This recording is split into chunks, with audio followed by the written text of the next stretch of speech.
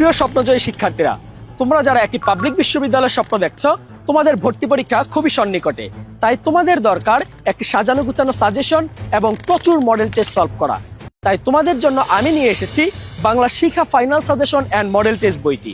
বইটিতে থাকছে Bangla first paper, second paper, বিরোচন অংশের সাথে 50 সেট মডেল টেস্ট, যা তোমার ভর্তি পরীক্ষায় গুরুত্বপূর্ণ ভূমিকা পালন করবে। বইটি কিনলে তুমি পাবে আমাদের ফ্রি ক্লাস এবং ফ্রি এক্সাম দেওয়ার সুযোগ। বইটি পাওয়া যাচ্ছে বাংলাদেশের সকল অভিজাত লাইব্রেরিতে এবং অনলাইন শপে। তোমরা যারা বিশ্ববিদ্যালয় কিংবা নার্সিং ভর্তি পরীক্ষা দিবে, লাইব্রেরিতে গিয়ে একবার হলো বইটি দেখার অনুরোধ রইল।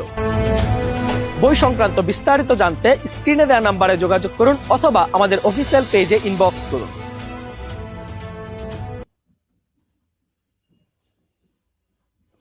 আসসালামু আলাইকুম। আসসালামু আলাইকুম প্রিয় শিক্ষার্থীরা।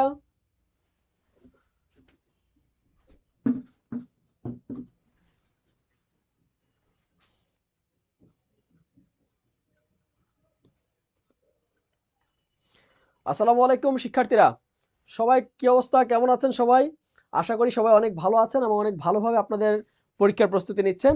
আর আপনাদের পরীক্ষাকে আরো সুন্দরভাবে গুছিয়ে দিতে আমাদের এই আয়োজন। আমরা আজকে একটা ম্যারাথন ক্লাস নিচ্ছি। এই বাংলা ম্যারাথন ক্লাসে আমরা বাংলা বিগত বছরের প্রশ্নগুলো কোন ধাঁচে হয়, কিভাবে প্রশ্নগুলো হয়, সেই বিষয়গুলো নিয়ে বিস্তারিত আলোচনা করব। তার সাথে আপনি কিভাবে গুছিয়ে প্রস্তুতি নেবেন সেই একটা বিস্তারিত একটা বিষয় নিয়ে আমরা একটা ম্যারাথন ক্লাস নেব।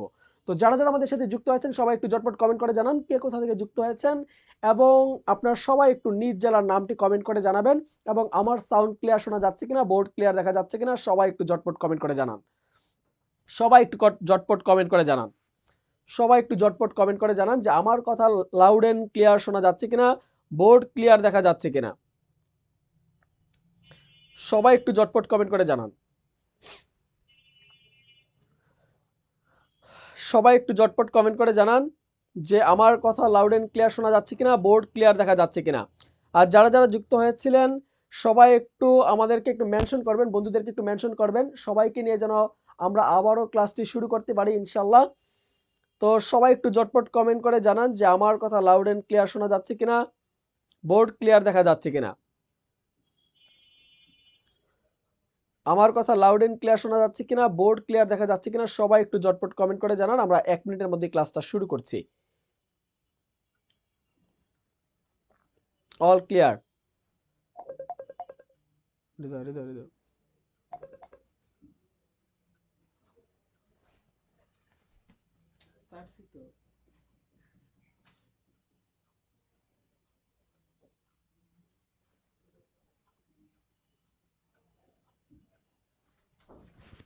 ওকে, আমরা একটু আসি যে আমাদের এই ম্যারাথন ক্লাসে আপনাদেরকে যে বিষয়গুলো আমরা পড়াবো দেখেন। প্রথমত আমাদের প্রথম প্রশ্নটা হচ্ছে যে বাংলা ভাষায় যে আমাদের ভাষা, ভাষা চিন্তার বাইরে একটু একটু খেয়াল করেন। ভাষা চিন্তার বাহনই নয় কিন্তু চিন্তার প্রসূতি। ভাষা চিন্তার বাহনই নয়, চিন্তার প্রসূতি। এই মন্তব্যটি কার? এই ভাষা সম্পর্কে প্রথম প্রশ্নটা দিয়ে আমরা একটু শুরু করি। দেখেন, ভাষা চিন্তার বাহনই নয়, চিন্তার প্রসূতি। এই উক্তিটি কার? এই উক্তিটি কার? এই প্রশ্নটা দিয়ে শুরু করছি। সবাই একটু ঝটপট কমেন্ট করে জানাবেন। এই প্রশ্নটা খুবই গুরুত্বপূর্ণ, এবছর ঢাকা ইউনিভার্সিটিতে আসতে পারে। ভাষা চিন্তার বাহনই নয়, চিন্তার বাহনই নয়, চিন্তার প্রসূতি। সবাই একটু ঝটপট কমেন্ট করে জানাবেন যে এই প্রশ্নের রাইট অ্যান্সার কি হবে। আর আমাদের সাথে যারা যারা যুক্ত হয়েছেন, যে যেখান থেকে যুক্ত হয়েছেন, সবাই একটু কষ্ট করে আমাদের এই শিখা পেজ থেকে কমেন্ট করবেন। আমরা শিখা পেজের কমেন্টগুলো সবগুলো পড়ছি। আমাদের সম্ভব হচ্ছে না সবগুলো পেজের কমেন্ট পড়া, তারপর আমি চেষ্টা করছি যে আপনাদের কমেন্টগুলো পড়ার। তো যে যেখান থেকে যুক্ত হয়েছেন সবাই একটু শিখা পেজ থেকে কমেন্টগুলো মানে করার চেষ্টা করবেন। আহ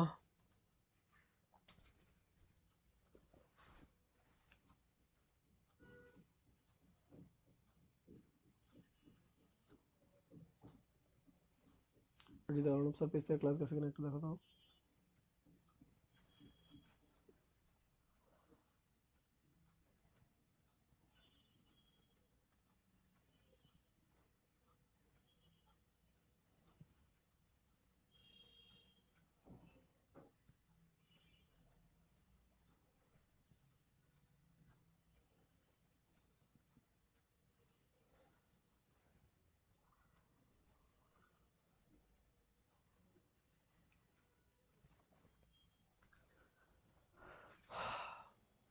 দেখতে পাচ্ছি আমাদের সাথে অনেকে যুক্ত হয়েছে। অর্ণব স্যার পেজ থেকে কমেন্ট করেছে, লিখেছে এভরিথিং ইজ ওকে।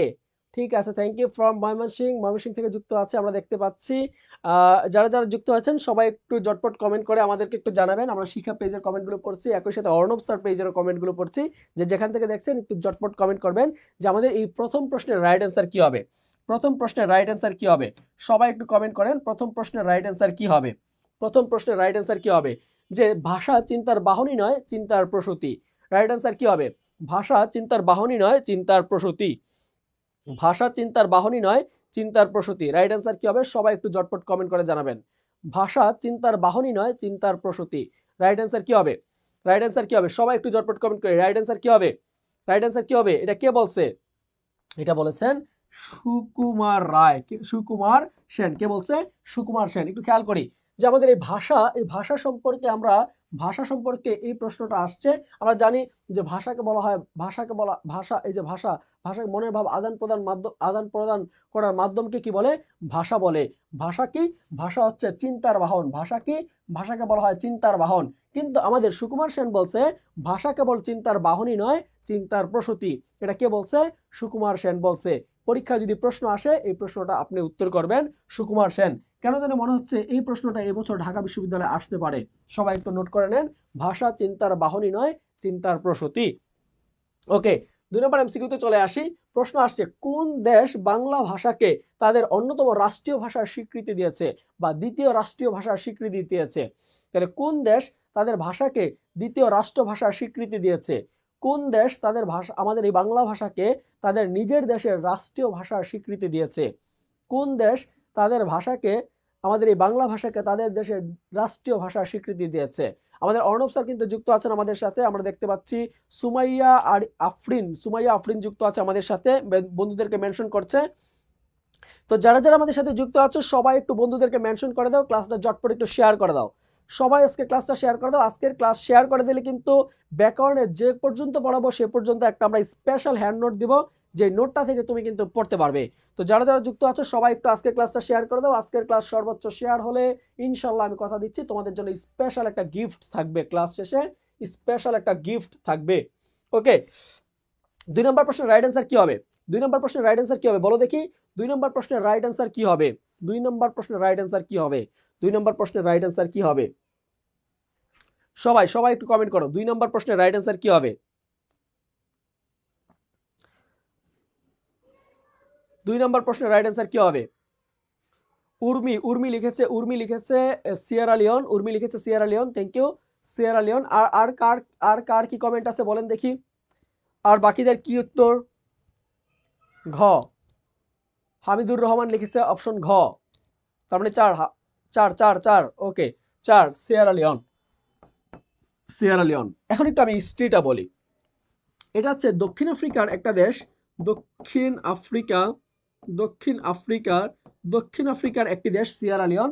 এই দক্ষিণ আফ্রিকা মহাদেশের একটা দেশের নাম হচ্ছে সিয়েরা লিওন, যেখানে যুদ্ধ বিগ্রহ লেগেই থাকে।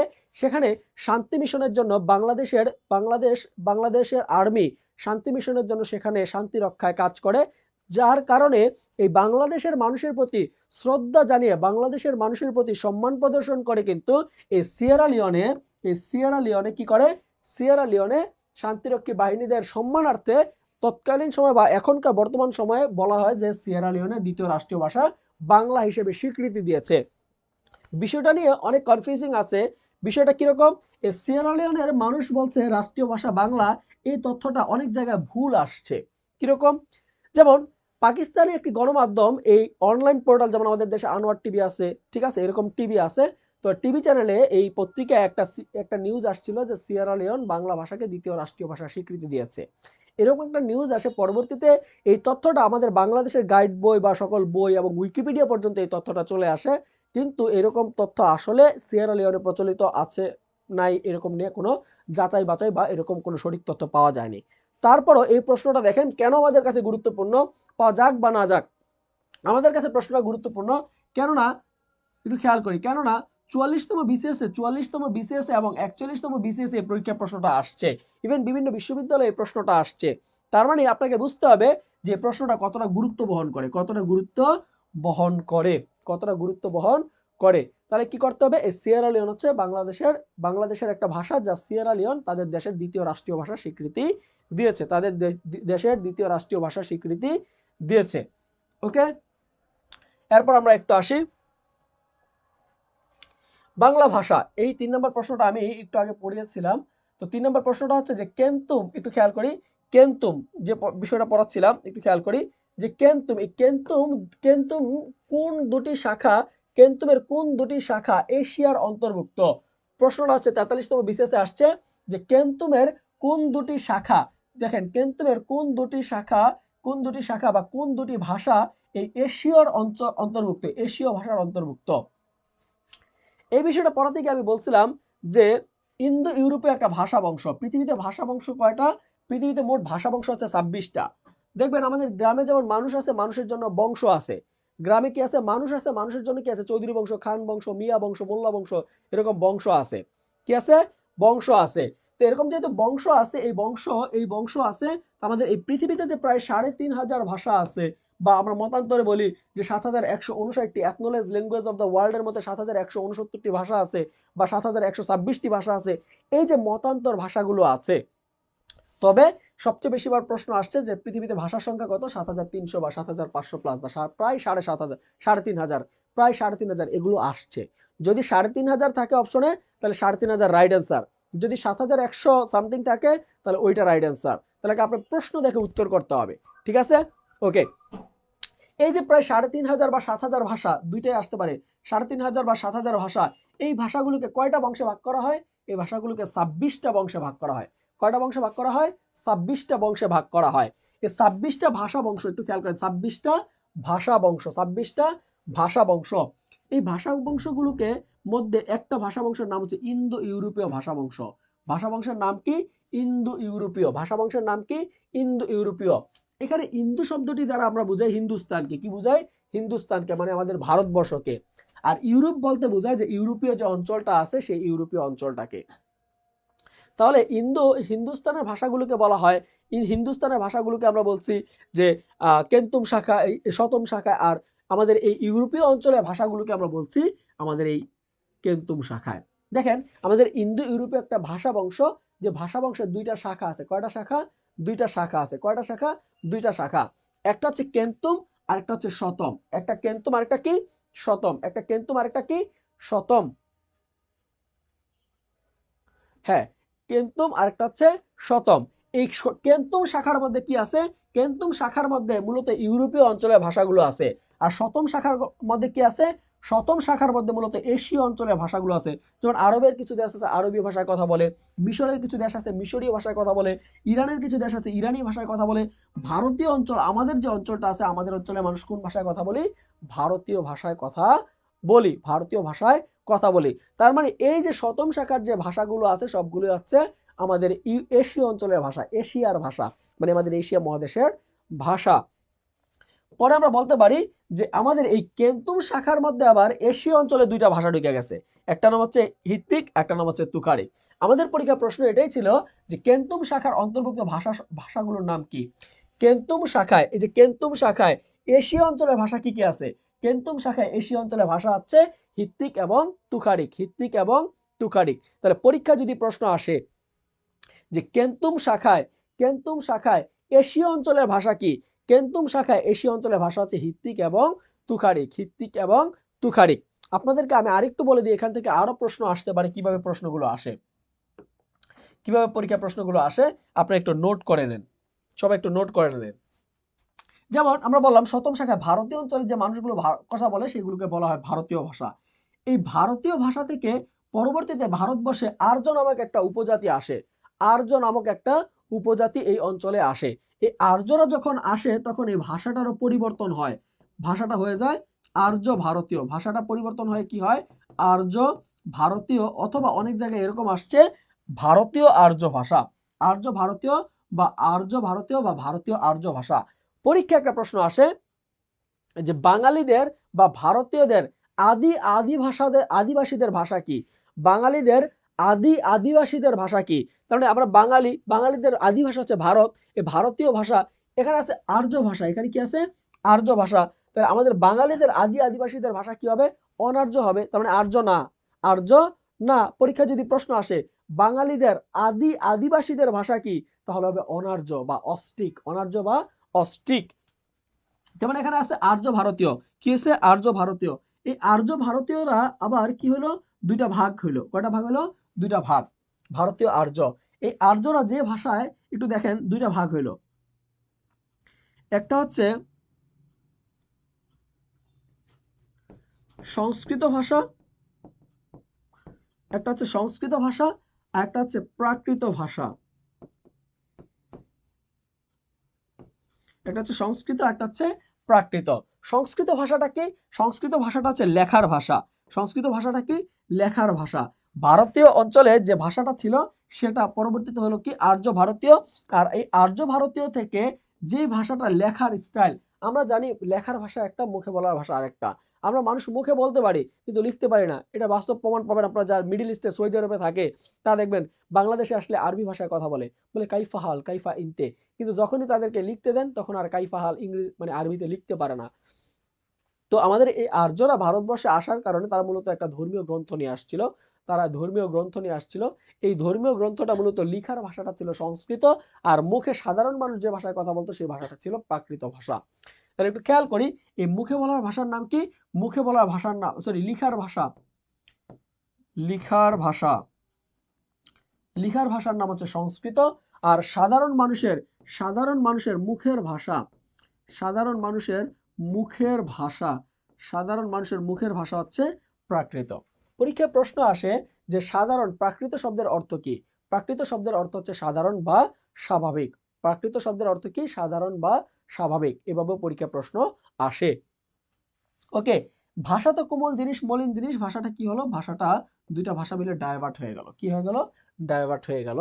বা এই দুইটা ভাষা মিলে নতুন একটা ভাষা তৈরি হলো, যার কারণে আমরা দেখতে পাই যে এই সংস্কৃত ভাষা আমাদের প্রচলন মৃতপ্রায় হয়ে যায়।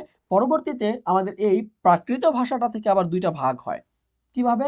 যেমন আমাদের গৌড়ীয় অঞ্চলের মানুষ যে ভাষায় কথা বলতো, আমাদের এই জায়গাটা থেকে প্রশ্ন পরীক্ষা আসে যে ডক্টর মোহাম্মদ, এই প্রাকৃত থেকে দুইটা ভাগ হয়। একটা হচ্ছে গৌড়ীয় প্রাকৃত, একটা হচ্ছে মাগধী প্রাকৃত। একটা গৌড়ীয় প্রাকৃত, একটা নাম কি? মাগধী প্রাকৃত। একটা হচ্ছে গৌড়ীয় প্রাকৃত, একটা নাম কি?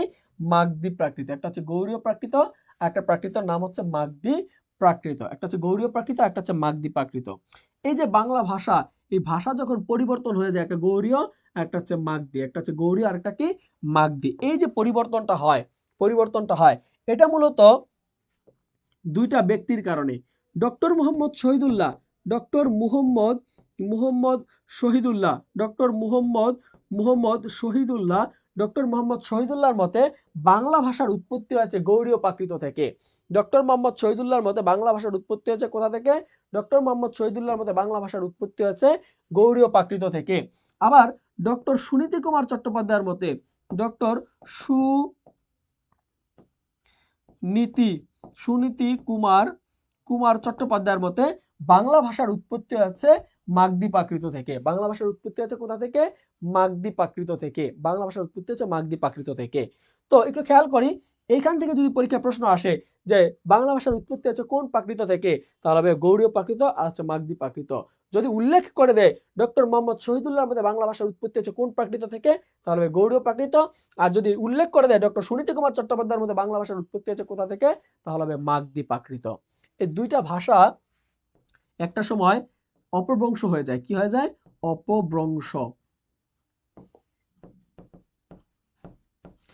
অপভ্রংশ হয়ে যায়। অপভ্রংশ হয়ে যায়। দুইটা ভাষা একসময় কি হয়ে যায়? অপভ্রংশ হয়ে যায়। অপভ্রংশ হয়ে নতুন একটা ভাষার তৈরি হয়। নতুন একটা ভাষার তৈরি হয়। সেই ভাষাটার নাম কি?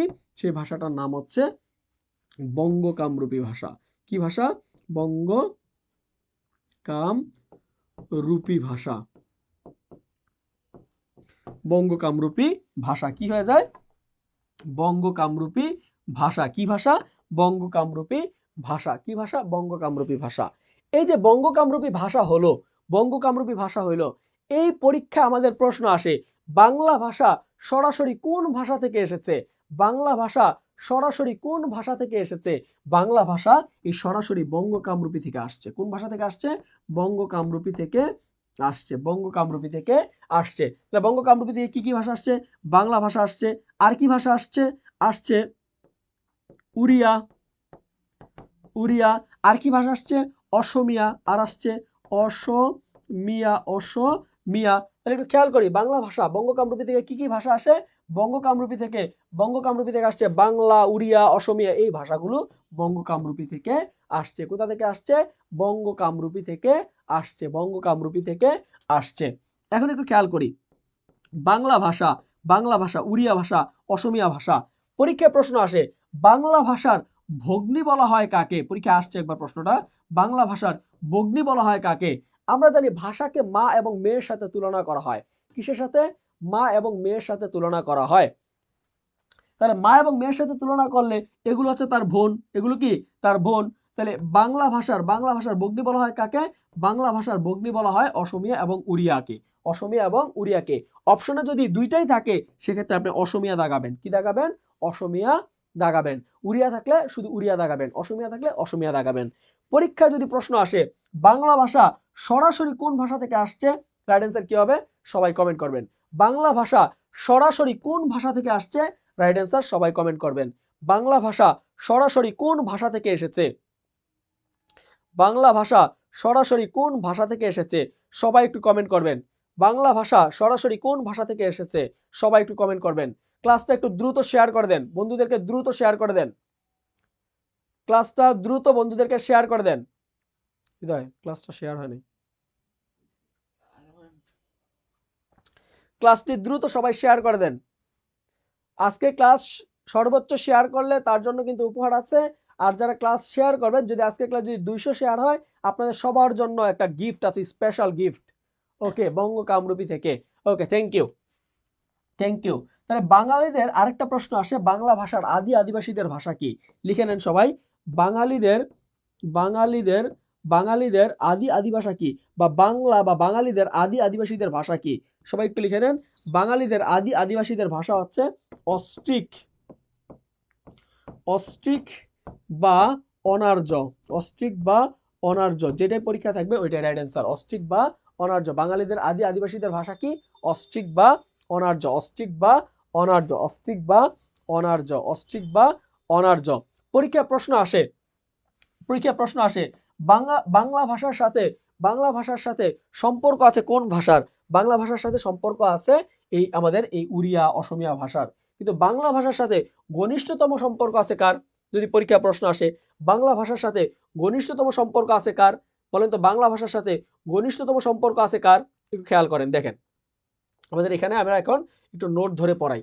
দেখেন, পৃথিবীতে আমরা বলছিলাম পৃথিবীতে ভাষার সংখ্যা কত? পৃথিবীতে দেখেন, একটু খেয়াল করি সবাই। আমরা বলছি ম্যারাথন ক্লাস, ম্যারাথন ক্লাস একদম ম্যারাথনের মতোই হবে। ঠিক আছে, সবগুলো বিষয় আমরা ডিটেলস আলোচনা করব এবং আপনাদের জন্য পরীক্ষা যেগুলো আসবে এগুলো হাইলাইট করে দিব। যেগুলো পরীক্ষায় আসবে সেগুলো আমরা হাইলাইট করে দিব, যেগুলো পরীক্ষায় আসবে। একটু খেয়াল করি, দেখেন বলছিলাম পৃথিবীতে প্রচলিত ভাষা আছে প্রায় ৩,৫০০। আর বিশ্বে, একটু খেয়াল করেন, বিশ্বে ভাষা নিয়ে গবেষণা করে acknowledge language of the world, acknowledge language of the world, বিশ্বে কি করে? তারা ভাষা নিয়ে গবেষণা করে। কি করে? ভাষা নিয়ে গবেষণা করে। তাদের মতে 2025 সালে ৭,১৫৯টি ভাষা আছে। কয়টা ভাষা? ৭,১৫৯টি ভাষা আছে। এখন পরীক্ষা যদি প্রশ্ন আসে পৃথিবীতে ভাষার সংখ্যা কত? ৩,৫০০। কত হাজার? ৩,৫০০। আমরা বলি ৩,৫০০। আবার কোন কোন মতে আমাদের এরকম আসছে যে অ্যাকনোলেজ ল্যাঙ্গুয়েজ অফ দ্য ওয়ার্ল্ডের মতো বর্তমানে পৃথিবীতে ভাষার সংখ্যা কত? ৭,১৫৯টি। ৭,১৫৯টি। ৭,১৫৯টি। এরপর দেখেন পৃথিবীতে এই ভাষা বংশগুলিকে কয়টা ভাগে ভাগ করা হয়েছে? 26টা ভাগে ভাগ করা হয়েছে। ইন্দো ইউরোপীয় ভাষা। ভাষা, বাংলা ভাষার বয়স কত? বাংলা ভাষার বয়স হচ্ছে ১,০০০ বছর, মানে ১,০০০ বছর। বাংলা ভাষার বয়স কত? ১,০০০ বছর। এরপর আসি, বাংলা ভাষার উৎপত্তি হয় ডক্টর মোহাম্মদ শহীদুল্লাহর মতে কোন শতকে? ৭ম শতকে। মানে হচ্ছে কোন ভাষা থেকে? আমরা তো জানি গৌড়ীয় ভাষা থেকে। আবার ডক্টর সুনীতি কুমার চট্টোপাধ্যায়ের মতে বাংলা ভাষার উৎপত্তি হচ্ছে দ্বাদশ শতকে। দ্বাদশ শতকে। কোন শতকে? দ্বাদশ শতকে। এরপর আসি, একটু খেয়াল করি, ক্ষুদ্রতম, একটু দেখেন, একটু দেখেন, ক্ষুদ্রতম অঞ্চলের ভাষা, ক্ষুদ্রতম অঞ্চলের ভাষাকে কি বলা হয়? ক্ষুদ্রতম অঞ্চলের ভাষা বা আঞ্চলিক বৈচিত্র্য ভাষাকে, ভাষার আঞ্চলিক বৈচিত্র্যকে বলা হয় উপভাষা। এখন মনে করেন আপনি যদি বলেন যে রংপুরের ভাষা কি, তাহলে রংপুরের ভাষা একটা উপভাষা। আপনি যদি বলেন যে ভাই সিলেটের মানুষ যে ভাষায় কথা বলে এটা কি বাংলা ভাষা, হ্যাঁ অফকোর্স বাংলা ভাষা, তবে এটা একটা উপভাষা। এটা কি ভাষা? এটা একটা উপভাষা। আমরা জানি পৃথিবীর সকল দেশেরই উপভাষা আছে। ভাষার অঞ্চলভেদে যে বৈচিত্র্য সেগুলোকে বলা হয় উপভাষা। কি বলা হয়? উপভাষা। কি ভাষা? উপভাষা। তাহলে দেখেন ভাষার ক্ষুদ্রতম, দেখেন ক্ষুদ্র ক্ষুদ্র অঞ্চলের ভাষা বা ভাষার আঞ্চলিক বৈচিত্র্যকে কি বলা হয়? উপভাষা, যাকে ইংরেজিতে বলা হয় ডায়ালেক্ট। রংপুর অঞ্চলের মানুষের উপভাষা কি? রংপুর অঞ্চলের মানুষের উপভাষা হচ্ছে কামরূপী ভাষা। কি ভাষা? কামরূপী ভাষা। কি ভাষা? কামরূপী ভাষা। রংপুর অঞ্চলের ভাষা, মানুষের ভাষা কি? কামরূপী ভাষা। একটু খেয়াল করেন, পৃথিবীর সব দেশে কি আছে? উপভাষা আছে। পৃথিবীর সব দেশে কি আছে? উপভাষা আছে। এরপর একটু খেয়াল করেন, সবাই একটু আন্ডারলাইন করবেন, সবাই একটু আন্ডারলাইন করবেন। ভাষা সরাসরি এসেছে বঙ্গ কামরূপী থেকে। ভাষা সরাসরি, বাংলা ভাষা আসছে সরাসরি বঙ্গ কামরূপী থেকে। বাংলা ভাষার ঘনিষ্ঠতম সম্পর্ক আছে ধ্রুপদী ভাষার সাথে। কার সাথে?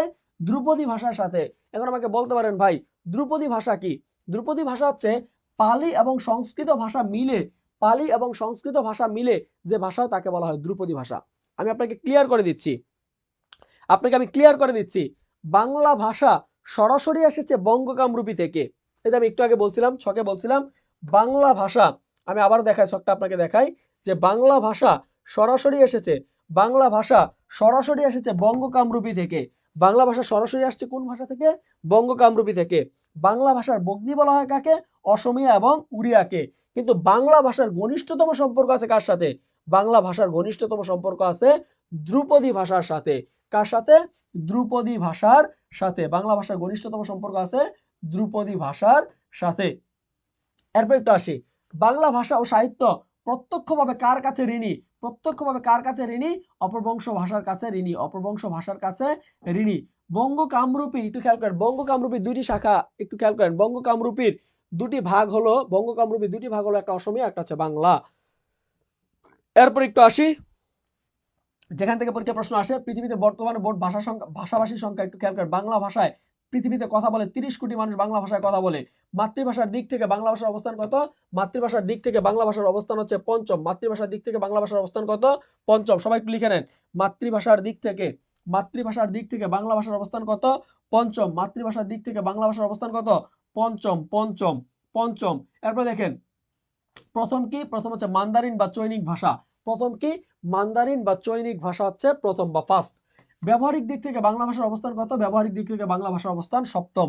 দাপ্তরিক ভাষার দিক থেকে বাংলা ভাষার অবস্থান কত? দশম। দাপ্তরিক ভাষার দিক থেকে বাংলা ভাষার অবস্থান কত? দশম। দাপ্তরিক ভাষার দিক থেকে বাংলা ভাষার অবস্থান কত? দশম। মনে রাখবেন, বাংলা ভাষার প্রাচীনতম নিদর্শন হচ্ছে চর্যাপদ, আর ভারতীয় ভাষার প্রাচীনতম নিদর্শন হচ্ছে ঋগ্বেদ। প্রাচীনতম নিদর্শন কি? ঋগ্বেদ। সবাই কি ক্লিয়ার? সবাইকে ক্লিয়ার?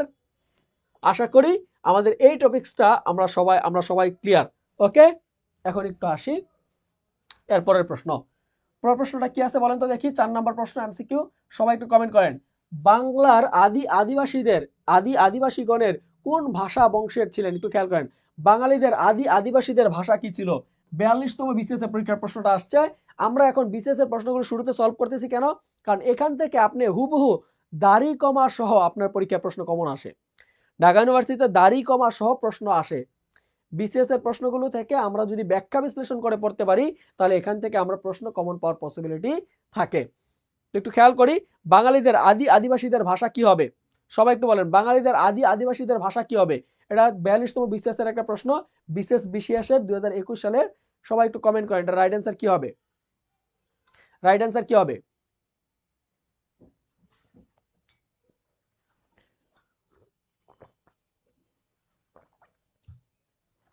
রাইট অ্যান্সার কি হবে? বাঙালিদের আদি আদিবাসীদের ভাষা কি? রাইট অ্যান্সার কি হবে? সবাই একটু কমেন্ট করেন, বাঙালিদের আদি আদিবাসীদের ভাষা কি? রাইট অ্যান্সার কি হবে?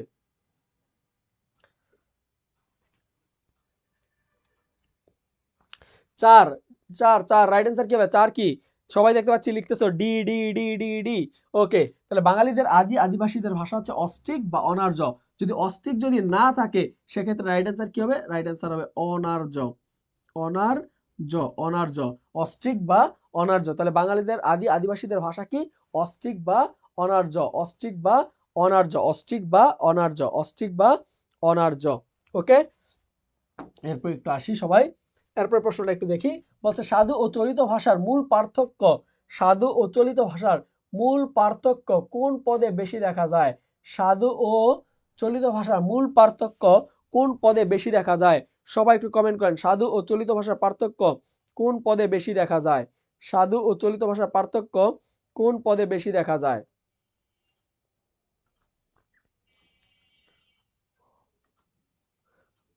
সাধু ও চলিত ভাষার পার্থক্য কোন পদে বেশি দেখা যায়? সাধু ও চলিত ভাষার পার্থক্য কোন পদে বেশি দেখা যায়? সাধু ও চলিত ভাষার পার্থক্য কোন পদে বেশি দেখা যায়? রাইট অ্যান্সার কি হবে বলেন দেখি, সবাই সবাই সবাই রাইট অ্যান্সার কি হবে?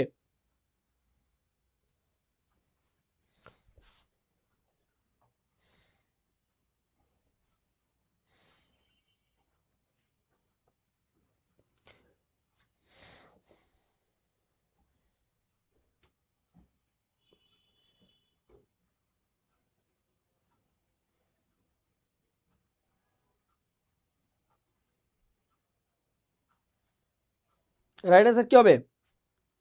এটা রাইট অ্যান্সার হবে সর্বনাম ও ক্রিয়াপদ। সবাই একটু লিখে নেন, সর্বনাম ও ক্রিয়াপদ, আপনারা তো ভুল করবেন না হয়।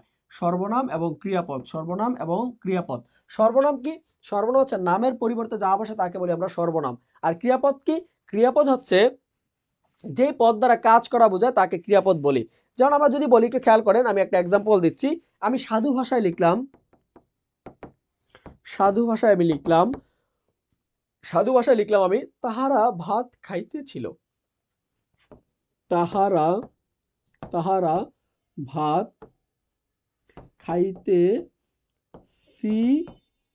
তাহারা ভাত খাইতেছিল, তাহারা ভাত খাইতেছিল, তাহারা ভাত খাইতেছিল। এখন আমি যদি লিখি চলিত ভাষায়, মনে করেন এখন আমি লিখলাম চলিত ভাষায়, এখন আমি লিখলাম চলিত ভাষায়, চলিত ভাষায় কি হবে বলেন তো দেখি? তারা ভাত খাইতেছিল, তারা, তারা ভাত, তারা ভাত খাচ্ছে, বা তারা ভাত খাচ্ছিল, খাচ্ছিল, খাচ্ছিল, খাচ্ছিল, তারা ভাত খাচ্ছিল, তারা ভাত খাচ্ছিল। ঠিক আছে, একটু খেয়াল করি, দেখেন আমরা একটু খেয়াল করি, এখানে সর্বনাম কি? নামের বিপরীতে যাহা বসে তাকে আমরা বলি সর্বনাম, নামের বিপরীতে যা বসে তাকে সর্বনাম। তাহলে একটু খেয়াল করি, এখানে তাহারা আর হচ্ছে তারা, খাইতেছিল, খাচ্ছিল। তাহলে একটু খেয়াল করি, তাহারা তারা এগুলো কি? এগুলো হচ্ছে নামের বিপরীতে বসছে, এগুলোর নাম কি? সর্বনাম। এগুলোর নাম কি? সর্বনাম। এগুলোর নাম কি? সর্বনাম। এগুলোর নাম হচ্ছে সর্বনাম। খাইতেছিল, খাইছিল, এগুলো কি? কাজ করা বোঝায় না? এগুলো হচ্ছে ক্রিয়া। এগুলো কি? ক্রিয়া। এগুলো কি? ক্রিয়া। তাহলে আমরা দেখলাম যে সাধু এবং চলিত ভাষার মধ্যে পার্থক্য সবচেয়ে বেশি হয় কোথায়? সর্বনাম এবং ক্রিয়াপদে। কোথায়? সর্বনাম এবং ক্রিয়াপদে, সর্বনাম এবং ক্রিয়াপদে। তাহলে রাইট অ্যান্সার কি হবে? রাইট অ্যান্সার হবে সর্বনাম ক্রিয়া, সর্বনাম ক্রিয়া, সর্বনাম ক্রিয়া, সর্বনাম ক্রিয়া। সবাই কি ক্লিয়ার? সবাই কি ক্লিয়ার? সবাই ক্লিয়ার?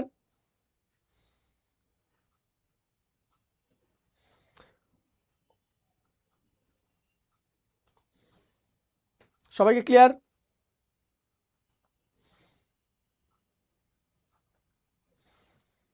ওকে, ওকে, আমরা একটু আসি, এরপরের প্রশ্নে আসি। এরপরের প্রশ্ন বলছে তৎসম শব্দের ব্যবহার কোন রীতিতে বেশি হয়? তৎসম শব্দের ব্যবহার কোন রীতিতে বেশি হয়? তৎসম শব্দের ব্যবহার কোন রীতিতে বেশি হয়? তৎসম শব্দের ব্যবহার কোন রীতিতে বেশি হয়? সবাই একটু বলেন, তৎসম শব্দের ব্যবহার কোন রীতিতে বেশি হয়? তৎসম শব্দের ব্যবহার কোন রীতিতে বেশি হয়? তৎসম শব্দের ব্যবহার কোন রীতিতে বেশি হয়? তৎসম শব্দের ব্যবহার কোন রীতিতে বেশি হয়? সবাই একটু কমেন্ট করেন, তৎসম শব্দের ব্যবহার কোন রীতিতে বেশি হয়? তৎসম শব্দের ব্যবহার কোন রীতিতে বেশি হয়? তৎসম শব্দের ব্যবহার কোন রীতিতে বেশি হয়? তৎসম শব্দের ব্যবহার কোন রীতিতে বেশি হয়? তৎসম শব্দের ব্যবহার কোন রীতিতে বেশি হয়? সবাই সবাই 6 নম্বর প্রশ্নের রাইট অ্যান্সার কি হবে? তৎসম শব্দের ব্যবহার কোন রীতিতে বেশি হয়? কোন রীতিতে বেশি হয়? কোন রীতিতে বেশি হবে? বলেন 6 নম্বর রাইট অ্যান্সার কি হবে? 6 নম্বর রাইট অ্যান্সার কি হবে? 6 নম্বর প্রশ্নের রাইট অ্যান্সার কি হবে? কোন রীতিতে বেশি হয়? তৎসম শব্দের ব্যবহার কোন রীতিতে বেশি হয়? কোন রীতিতে বেশি হয়? ওকে, সবাই উত্তর করছেন সাধু রীতি। তৎসম শব্দের ব্যবহার সবচেয়ে বেশি হয় সাধু রীতিতে। তৎসম শব্দের ব্যবহার সবচেয়ে বেশি কোথায় হয়? সাধু রীতিতে, সাধু রীতিতে। এরপর আসি, কোন অপভ্রংশ থেকে বাংলা ভাষার উদ্ভব হয়েছে? কোন অপভ্রংশ থেকে বাংলা ভাষার উদ্ভব হয়েছে?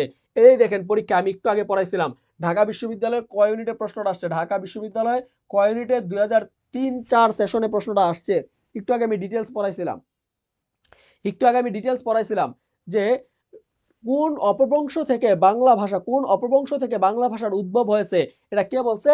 ডক্টর মোহাম্মদ শহীদুল্লাহ মনে করেন, মানে কোন অপভ্রংশ থেকে বাংলা ভাষার উদ্ভব হয়েছে, এটা ডক্টর মোহাম্মদ শহীদুল্লাহ কি মনে করেন? গৌড়ীয় অপভ্রংশ, তারপর হচ্ছে সৌরনীয় অপভ্রংশ, মাগধী অপভ্রংশ, মহারাষ্ট্র অপভ্রংশ। রাইট অ্যান্সার কি হবে বলেন দেখি? সবাই একটু কমেন্ট করেন, রাইট অ্যান্সার কি হবে? রুবাইয়া রহমান আপু, তুমি আমাদের মূলত কমেন্টগুলো পড়া হচ্ছে শিখা পেজ থেকে, তো শিখা পেজের কমেন্টগুলো পড়ছি, তোমাদের কমেন্টগুলো পড়ছি। অর্ণব স্যার এবং শিখা পেজের দুইটা কমেন্টই পড়া আমার মানে সুযোগ হচ্ছে। আমাদের ইজি ইংলিশ পেজের আমরা কমেন্টগুলো পড়তে পারতেছি না এই মুহূর্তে। তো যারা যুক্ত আছো সবাই একটু কষ্ট করে আমাদের এই শিখা পেজ থেকে শিখা পেজ থেকে অথবা অর্ণব স্যার পেজ থেকে কমেন্টগুলো করো, আমরা তোমাদের কমেন্টগুলো পড়তে পারবো। ঠিক আছে, তো সবাই কমেন্ট করতেছো কি? গৌড়ীয় অপভ্রংশ। কারণ একটু আগে আমি পড়াইছিলাম ডক্টর মোহাম্মদ শহীদুল্লাহর মতে আমি একটু আগে পড়াইছি। দেখো তোমাদেরকে একটু আগে বলছিলাম ডক্টর মোহাম্মদ শহীদুল্লাহর মতে বাংলা ভাষার উৎপত্তি আছে। এই যে দেখো এখানে পড়াইছিলাম যে ডক্টর মোহাম্মদ শহীদুল্লাহর মতে বাংলা ভাষার উৎপত্তি হচ্ছে গৌড়ীয় ভাষা থেকে।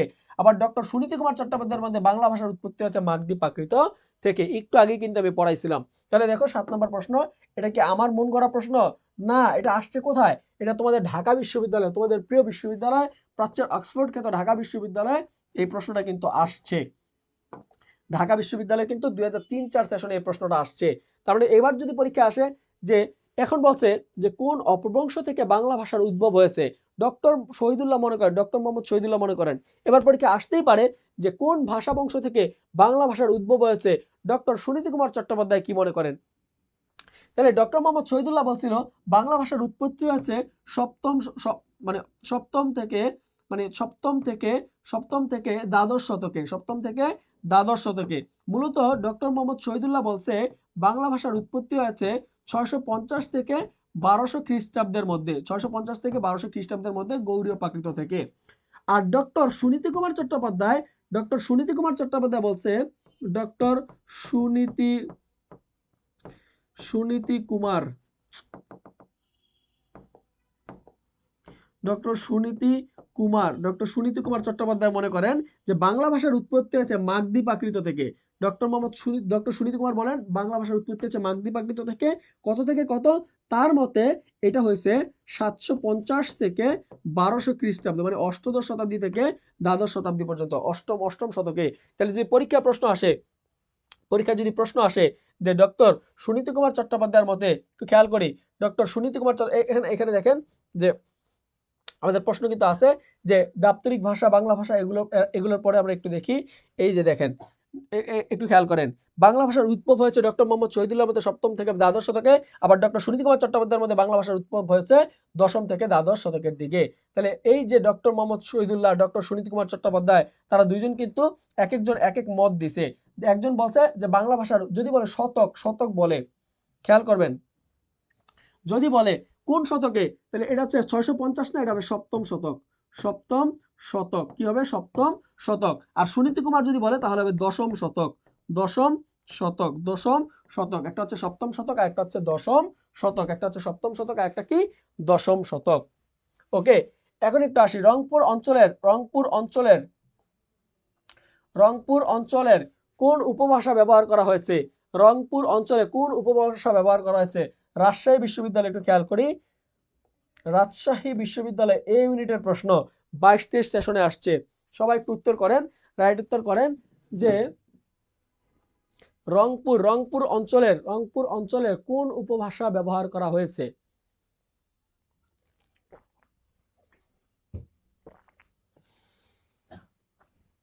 রংপুর অঞ্চলে রংপুর অঞ্চলে কোন উপভাষাটি ব্যবহার করা হয়েছে? রংপুর অঞ্চলে কোন উপভাষাটি ব্যবহার করা হয়েছে? রংপুর অঞ্চলে কোন উপভাষাটি ব্যবহার করা হয়েছে? রংপুর অঞ্চলে কোন উপভাষাটি ব্যবহার করা হয়েছে? দেখেন এটা কিন্তু রাজশাহী বিশ্ববিদ্যালয়ের প্রশ্ন, রাবির প্রশ্ন। রাবির প্রশ্ন দেখেন তো আমাদের বইয়ে ছিল কিনা, দেখেন তো এই বইয়ে আছে কিনা। দেখেন এখানে কি লেখা আছে, দেখেন পৃথিবীতে এই যে দেখেন লেখা আছে রংপুর অঞ্চলে মানুষের উপভাষা ছিল কামরূপী, বঙ্গ কামরূপী বা কামরূপী। এই দেখেন পৃথিবীর বাংলাদেশের ছাড়াও পৃথিবীর সকল দেশেরই ক্ষুদ্র ক্ষুদ্র ভাষা আছে, বা যেগুলোকে আমরা ভাষার আঞ্চলিক বৈচিত্র্য বলি। ভাষার আঞ্চলিক বৈচিত্র্যকে বলা হয় ডায়ালেক্ট। যেমন রংপুর অঞ্চলে মানুষের উপভাষা হচ্ছে কামরূপী ভাষা। রংপুর অঞ্চলে মানুষের ভাষা কি ছিল? কামরূপী ভাষা। তাহলে আমাদের রাইট অ্যান্সার এখানে কি হবে? আমাদের বলছে রংপুর অঞ্চলের মানুষের ভাষা কি? রংপুর অঞ্চলের মানুষের ভাষা হচ্ছে কামরূপী ভাষা। কি ভাষা? কামরূপী ভাষা। কামরূপী ভাষা। তার মানে এটা রাইট অ্যান্সার হচ্ছে কামরূপী ভাষা। এরপর আসি, বলছে বাংলা ভাষার উৎপত্তি হয়েছে, বাংলা ভাষার উৎপত্তি হয়েছে, এটা রাজশাহী বিশ্ববিদ্যালয়ের প্রশ্ন, এটাও রাজশাহী বিশ্ববিদ্যালয়ের প্রশ্ন, গ ইউনিটে আসছে। তাহলে রাজশাহী বিশ্ববিদ্যালয়ের প্রশ্ন কি ঢাকা বিশ্ববিদ্যালয়ে আসতে পারে না? অফকোর্স পারে। আবার ঢাকা বিশ্ববিদ্যালয়ের প্রশ্ন রাজশাহী বিশ্ববিদ্যালয়ে আসতে পারে, বিসিএস এর প্রশ্ন আসতে পারে। তাহলে আমরা বিগত বছরের প্রশ্নগুলো দেখাচ্ছি, এরপর আমরা গুরুত্বপূর্ণ আরো কিছু প্রশ্নগুলো আমরা পড়বো ইনশাল্লাহ। সেখান থেকে আমাদের আশা করা যায় পরীক্ষা প্রশ্ন কমন আসবে, এবং আমরা ডিটেলস পড়াবো, তথ্য পড়াবো, থিওরি পড়াবো, সেখান থেকে পরীক্ষা প্রশ্ন আসবে। যেমন একটু খেয়াল করি, বলছে বাংলা ভাষার উৎপত্তি হচ্ছে কোন ভাষা থেকে? বাংলা ভাষার উৎপত্তি হচ্ছে কোন ভাষা থেকে? সবাই একটু কমেন্ট করেন, বাংলা ভাষার উৎপত্তি হচ্ছে কোন ভাষা থেকে? বাংলা ভাষার উৎপত্তি হয়েছে কোন ভাষা থেকে? বাংলা ভাষার উৎপত্তি হচ্ছে কোন ভাষা থেকে? 9 নম্বর প্রশ্নের রাইট অ্যান্সার কি হবে বলেন দেখি? 9 নম্বর প্রশ্নের রাইট অ্যান্সার কি হবে? তন্নি কমেন্ট করেছে বি, 9B। আর কে কি কমেন্ট করেছো দেখি? আর কার কি কমেন্ট? 9B, 9B। দেখছেন আমি যে আপনাদেরকে একটু আগে ডিটেলস পড়াইলাম, ডিটেলস পড়াইলে কি লাভ হয় দেখছেন? এই যে মাগদি প্রাকৃত 9B, রিপা বিশ্বাস লিখেছে 9B, মাগদি অয়ন লিখেছে মাগদি। তারপরে দেখেন আমরা বললাম মাগদি প্রাকৃত। তাহলে পরীক্ষা যদি মাগদি প্রাকৃত না থাকে, গৌরীয় প্রাকৃত থাকে, অপশনে যদি গৌরীয় থাকতো তাহলে আমরা গৌরীয় রাইট অ্যান্সার নিতাম। মাগদি আছে বিধে আমরা মাগদি নিছি, কারণ আমরা জানি যে আমাদের প্রাকৃত ভাষা হচ্ছে দুইটা, একটা হচ্ছে গৌরীয় প্রাকৃত, একটা হচ্ছে মাগদি প্রাকৃত। গৌরীয় থেকে বাংলা ভাষার উৎপত্তি হচ্ছে, এটা কে বলছে? এটা বলছে আমাদের ডক্টর মোহাম্মদ শহীদুল্লাহ। আর মাগদি প্রাকৃত থেকে বাংলা ভাষার উৎপত্তি হচ্ছে, এটা কে বলছে? এটা বলছে সুনীতি কুমার চট্টোপাধ্যায়। কোন শতকে? দশম শতকে বাংলা ভাষার উৎপত্তি হয়েছে মাগদি প্রাকৃত থেকে, এটা কে বলছে? সুনীতি কুমার চট্টোপাধ্যায় বলছে। তাহলে পরীক্ষা প্রশ্ন আসতেই পারে এভাবে, আসতেই পারে। তাহলে রাইট অ্যান্সার কি হবে? মাগদি প্রাকৃত এখানে রাইট অ্যান্সার হবে। যদি গৌরীয় প্রাকৃত থাকতো তাহলে গৌরীয় প্রাকৃত রাইট অ্যান্সার হইতো। ওকে, এরপরের প্রশ্নে আসছে ব্রাহ্মী লিপি। তার মানে লিপিতে চলে আসছে আমরা। ব্রাহ্মী লিপি কোন লিপি থেকে বাংলা ভাষায় এসেছে? ব্রাহ্মী লিপি কোন লিপি থেকে বাংলা, দেখেন ব্রাহ্মী লিপি কোন লিপি, দেখেন কোন রূপ থেকে বাংলা লিপি এসেছে? মূলত প্রশ্নটা এরকম ছিল যে বাংলা লিপির বিবর্তিত রূপকে কি বলা হয়? বাংলা লিপির বিবর্তিত রূপকে কি বলা হয়? এইভাবে একবার পরীক্ষা প্রশ্ন আসছে। আর জাহাঙ্গীরনগর বিশ্ববিদ্যালয়ে এফ ইউনিটে আপনারা জানেন ল সাবজেক্ট থাকে, যেখানে ল সাবজেক্ট থাকে। ব্রাহ্মী লিপি এটা কি হবে? ব্রাহ্মী লিপির কোন লিপি থেকে এসেছে? ব্রাহ্মী লিপির বিবর্তিত রূপকে বলা হয় কুটিল লিপি। কি বলা হয়? কুটিল লিপি। কি বলা হয়? কুটিল লিপি। এই লিপি থেকে আপনাদেরকে আমি একটু বলি, লিপিটা একটু পড়াই দেই। লিপি থেকে, যেমন আমাদের লিপি থেকে আমরা বললাম লিপি হচ্ছে দুইটা ভাগ করা যায়। লিপিকে আমরা দুইটা ভাগ করতে পারি, একটা হচ্ছে ব্রাহ্মী লিপি, একটা হচ্ছে ব্রাহ্মী লিপি, অপরটি হচ্ছে খরষ্ঠী লিপি।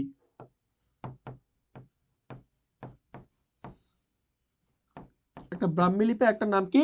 খরষ্ঠী লিপি। একটার নাম হচ্ছে ব্রাহ্মী লিপি, আরেকটির নাম হচ্ছে খরষ্ঠী লিপি।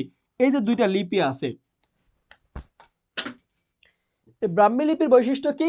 এই ব্রাহ্মী লিপির বৈশিষ্ট্য হচ্ছে এই লিপি বাম দিক থেকে শুরু করে লেখা ডান দিকে শেষ হয়। আর এই খরষ্ঠ লিপির বৈশিষ্ট্য কি? এই খরষ্ঠ লিপির বৈশিষ্ট্য হচ্ছে এই লিপি ডান দিক থেকে শুরু হয়, বাম দিক থেকে শেষ হয়। তাহলে আমরা দেখলাম যে আমাদের, একটু সবাই একটু কমেন্ট করেন তো যে আমাদের বাংলা লিপি আমরা কোন লিপি থেকে, কোন দিক থেকে শুরু করি লেখা? আমাদের বাংলা লিপি আমরা কোন দিক থেকে শুরু করি? অফকোর্স আমরা বাম দিক থেকে শুরু করি। তাহলে বাম দিক থেকে যে লেখা লেখা শুরু করি করি করি শেষ হয় ডান দিকে। যেমন ইংরেজি লিপি কোন দিক থেকে শুরু করি, আমরা বাম দিক থেকে শুরু করি, ডান দিক থেকে শেষ হয়। এখন আমাকে একটু বলেন তো যে খরুষ্টি লিপি, যে লিপি ডান দিক থেকে মানে এই দিক থেকে লেখা শুরু হয় এভাবে উল্টা আসে, মানে এভাবে আসে, সেই লিপিটার নাম কি? হচ্ছে খরুষ্টি লিপি। এই খরুষ্টি লিপির একটা ভাষার নাম বলেন তো দেখি, কোন ভাষা এই খরুষ্টি লিপিতে লেখা হয়? সবাই একটু কমেন্ট করবেন, কোন ভাষা খরুষ্টি লিপিতে লেখা হয়? সবাই একটু কমেন্ট করেন, কোন ভাষা খরুষ্টি লিপিতে লেখা হয়? তাহলে একটু আসি, ব্রাহ্মী লিপি থেকে আসছে কি কি? ব্রাহ্মী লিপি থেকে আসছে ভারতীয় লিপি। কি আসছে? ভারতীয় লিপি, ভারতীয় লিপি, ভারতীয় লিপি। পরবর্তীতে এই লিপি থেকে আসছে আমাদের ভারতীয় লিপি থেকে আসছে পূর্বী লিপি, পূর্বী লিপি, পূর্বী লিপি। আসছে আমাদের পশ্চিমা লিপি, পশ্চিমা লিপি। এবং ফাইনালি আমাদের আসছে বাংলা লিপি। কি আসছে? বাংলা লিপি, বাংলা লিপি। যদি বলা হয় বাংলা লিপি কোন লিপি থেকে আসছে, বাংলা লিপি আসছে ব্রাহ্মী লিপি থেকে। কোন লিপি থেকে? ব্রাহ্মী লিপি থেকে। তাহলে বাংলা লিপি আসছে কোথা থেকে? বাংলা লিপি আসছে ব্রাহ্মী লিপি থেকে। কোন লিপি থেকে? ব্রাহ্মী লিপি থেকে। পরীক্ষা যদি প্রশ্ন আসে বাংলা লিপি এসেছে কোন লিপি থেকে? ব্রাহ্মী লিপি থেকে। আর যদি বলা হয় বাংলা লিপির বিবর্তিত রূপকে কি বলা হয়? বাংলা লিপির বিবর্তিত রূপকে বলা হয় কুটিল লিপি। বাংলা লিপির বিবর্তিত রূপকে কি বলা হয়? কুটিল লিপি। অথবা বঙ্গ, এই যে দেখেন ব্রাহ্মী লিপির কোন রূপ থেকে বাংলা লিপি এসেছে, তার মানে কি এই বিবর্তিত রূপ, মানে হচ্ছে আগের রূপটা ছিল কুটিল লিপি, সেখান থেকে পরবর্তীতে এই বাংলা লিপি আসে। কিন্তু যদি পরীক্ষায় বলে এরকম ভাবে বাংলা লিপি কোন লিপি থেকে আসছে, তাহলে সরাসরি হবে ব্রাহ্মী লিপি। যদি ব্রাহ্মী অপশনে না থাকে তাহলে হবে কুটিল লিপি। কি হবে? কুটিল লিপি। সবাইকে ক্লিয়ার? ওকে। অনেকে লিখছেন আরবি, আরবি, আরবি, থ্যাংক ইউ। আরবি বানানটা রসিকার দিয়ে হবে, কারণ এটা একটা ভাষার নাম। আমরা আরবি, ভাষাটা হবে এরকম আরবি, আরবি। কিন্তু যখন বলবে আরাবিয়, আরবিয়, তখন আবার দীর্ঘিকার হবে। কারণ আমরা জানি দেশ ও ভাষার নামের ক্ষেত্রে রসিকার হয়, আর যখন কোনো ইয় প্রত্যয় যুক্ত হবে শব্দের শেষে সেখানে আমরা দীর্ঘিকার ব্যবহার করব। তাহলে আরবি, আরবীয়, ঠিক আছে? দেশি, দেশীয়। তাহলে এই বানানগুলো খেয়াল রাখবেন পরীক্ষায়। ওকে, এরপরে প্রশ্ন আসি। এরপরে আমরা দেখবো একটু আমাদের, আপনারা অনেক শিক্ষার্থীরা যারা অনেকেই আছেন যারা গুচ্ছতে ভর্তি হতে চান, গুচ্ছ অধিভুক্ত বিশ্ববিদ্যালয়গুলোতে পড়তে চান, আপনাদের জন্য সুসংবাদ হচ্ছে আমাদের একটা রিসেন্ট কোর্স লঞ্চ হয়েছে। সেই কোর্সটা হচ্ছে গুচ্ছ কম্বো ব্যাচ। এখানে বাংলা, ইংরেজি, বাংলা, ইংরেজি, সাধারণ জ্ঞান, এগুলোর থেকে আপনাদের অনেকের ভয় থাকে যে ভাই জিকে পারি না, জিকে পারলে তো বাংলা পারি না, বাংলা পারলে তো ইংলিশ পারি না, ভাই কার কাছে পড়বো, কার কাছে পড়বো, এই যে কনফিউশনগুলো থাকে আপনাদের জন্য সাধারণ জ্ঞানের বর্তমান সময়ের কিংবদন্তি শিক্ষক, বর্তমান সময়ের বলা যায় যে ওয়ান কাইন্ড অফ সেরা শিক্ষক, বা সাধারণ জ্ঞান সবচেয়ে বেশি সুন্দর করে গুছিয়ে কে পড়ায়, যদি প্রশ্ন করা হয় তাহলে অফকোর্স আপনি উত্তর দিবেন অনলাইনে এবং অফলাইনে।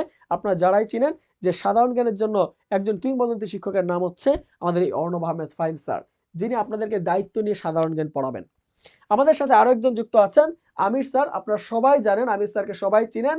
এই আমির স্যার আপনাদেরকে দায়িত্ব নিয়ে ইংলিশ পড়াবে। কি পড়াবে? ইংরেজি বুঝাবে বা ইংরেজি পড়াবে। তো যারা আমির স্যারকে দীর্ঘদিন যাবত চিনেন, আমির স্যার দীর্ঘদিন যাবত ইংরেজি আপনাদেরকে পড়িয়ে আসতেছেন, তো আমির স্যারও কিন্তু যুক্ত আছেন আমাদের এই কোর্সে। আর যারা আমাকে দেখতেছেন, আমি রাশিদুল ইসলাম, আমি আমি বাংলা নিয়ে আপনাদের সাথে আছি বরাবরের মতোই। তো যারা যারা আমাদের এই কোর্সটিতে ভর্তি হতে চান, গুচ্ছ টার্গেট ব্যাচ, এই এই কোর্সটা গুচ্ছ টার্গেট মানে গুচ্ছ না, এই কোর্সটাতে আমাদের ক্লাস হবে রাবি, জবি, চবি, গুচ্ছ, মানে একদম আপনি প্রত্যেকটা ইউনিভার্সিটি বেস আমরা ক্লাস নিব, এবং শেষ পর্যন্ত আপনাকে আমি গুচ্ছ পর্যন্ত, এবং যারা আপনারা যারা জাতীয় বিশ্ববিদ্যালয়ে ভর্তি পরীক্ষা দিবেন সে পর্যন্ত আমরা পড়াবো। তার মানে আমাদের এই কোর্সটি হচ্ছে একদম এখন থেকে আপনি একদম গুচ্ছ এবং জাতীয় বিশ্ববিদ্যালয় পর্যন্ত সব পড়াশোনা আমরা আপনাদেরকে গুছিয়ে দিব। তাহলে বাংলা, ইংরেজি, সাধারণ জ্ঞান যারা এই তিনটি সাবজেক্টে একসাথে একটা কম্বো ব্যাচ পড়তে চাচ্ছেন, আমাদের কোর্স ফি ছিল 1500 টাকা। সেখান থেকে আপনাদের জন্য ডিসকাউন্ট দিয়ে বর্তমান সময় আমাদের কোর্স ফি হচ্ছে 999 টাকা। 999 টাকা আমাদের কোর্স ফি বর্তমান সময় হচ্ছে 999 টাকা। যারা ভর্তি হতে চান এখন স্পেশাল অফারে ভর্তি চলছে, স্ক্রিনে দেওয়া নাম্বারে অথবা আমাদের ফেসবুক পেজে যোগাযোগ করে আপনারা কিন্তু ভর্তি হতে পারেন। বাংলা, ইংরেজি, সাধারণ জ্ঞান আপনাকে আমরা পড়াবো একদম গুচ্ছ ভর্তি পরীক্ষার পূর্ব পর্যন্ত, দায়িত্ব নিয়ে পড়াবো। প্রত্যেকটা বিষয় পড়াবো, আমরা এক্সাম নিব এবং সলভ ক্লাস দিব। তো সবাই আমাদের সাথে যুক্ত হতে পারেন আমাদের এই কোর্সে। যুক্ত হতে আপনাকে এখন এই ডিসকাউন্টে ভর্তি হতে পারবেন। আগামী 7 দিন পর্যন্ত আমাদের এই ডিসকাউন্টটি থাকবে। যদি কেউ ভর্তি হতে চান 018144439392 এই নাম্বারে হোয়াটসঅ্যাপে যোগাযোগ করে আপনারা ভর্তি হয়ে যেতে পারবেন। আর যদি কারো একান্ত যদি ফিনান্সিয়াল সমস্যা থাকে তাও আমাদের সাথে যোগাযোগ করবেন, ইনশাল্লাহ আমরা চেষ্টা করব আপনার বিষয়টি বুঝার বা বিবেচনা নেয়ার। ওকে, আমরা একটু আসি 11 নম্বর প্রশ্ন। 11 নম্বর প্রশ্ন কি বলছে একটু দেখি। বর্তমানে পৃথিবীতে প্রচলিত ভাষার সংখ্যা কত? রাইট অ্যান্সার কমেন্ট করেন। বর্তমানে পৃথিবীতে ভাষার সংখ্যা, প্রচলিত ভাষার সংখ্যা কত? বর্তমানে পৃথিবীতে প্রচলিত ভাষার সংখ্যা কত? বর্তমানে পৃথিবীতে প্রচলিত ভাষার সংখ্যা কত? সবাই একটু কমেন্ট করেন, বর্তমানে পৃথিবীতে প্রচলিত ভাষার সংখ্যা কত? সবাই একটু কমেন্ট করেন, বর্তমানে পৃথিবীতে প্রচলিত ভাষার সংখ্যা কত?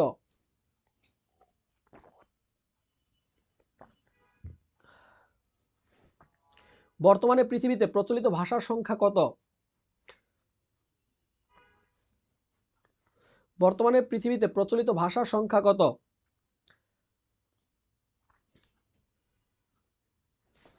দেখা যাচ্ছে না? এই যে আমি দাঁড়ালেই দেখা যাবে। আল্লাহ, ঝাপসা হয়ে গেছে। হৃদয় ক্যামেরাটা একটু দেখো তো, আমি দাঁড়াইছি, দেখো না, একটু ডাবল ক্লিক করো ক্যামেরাতে। ঠিক আছে হৃদয়, তুমি উঠো, এদিকে এদিকে দেখাও, ক্যামেরাতে ক্লিক করতে বলছি না?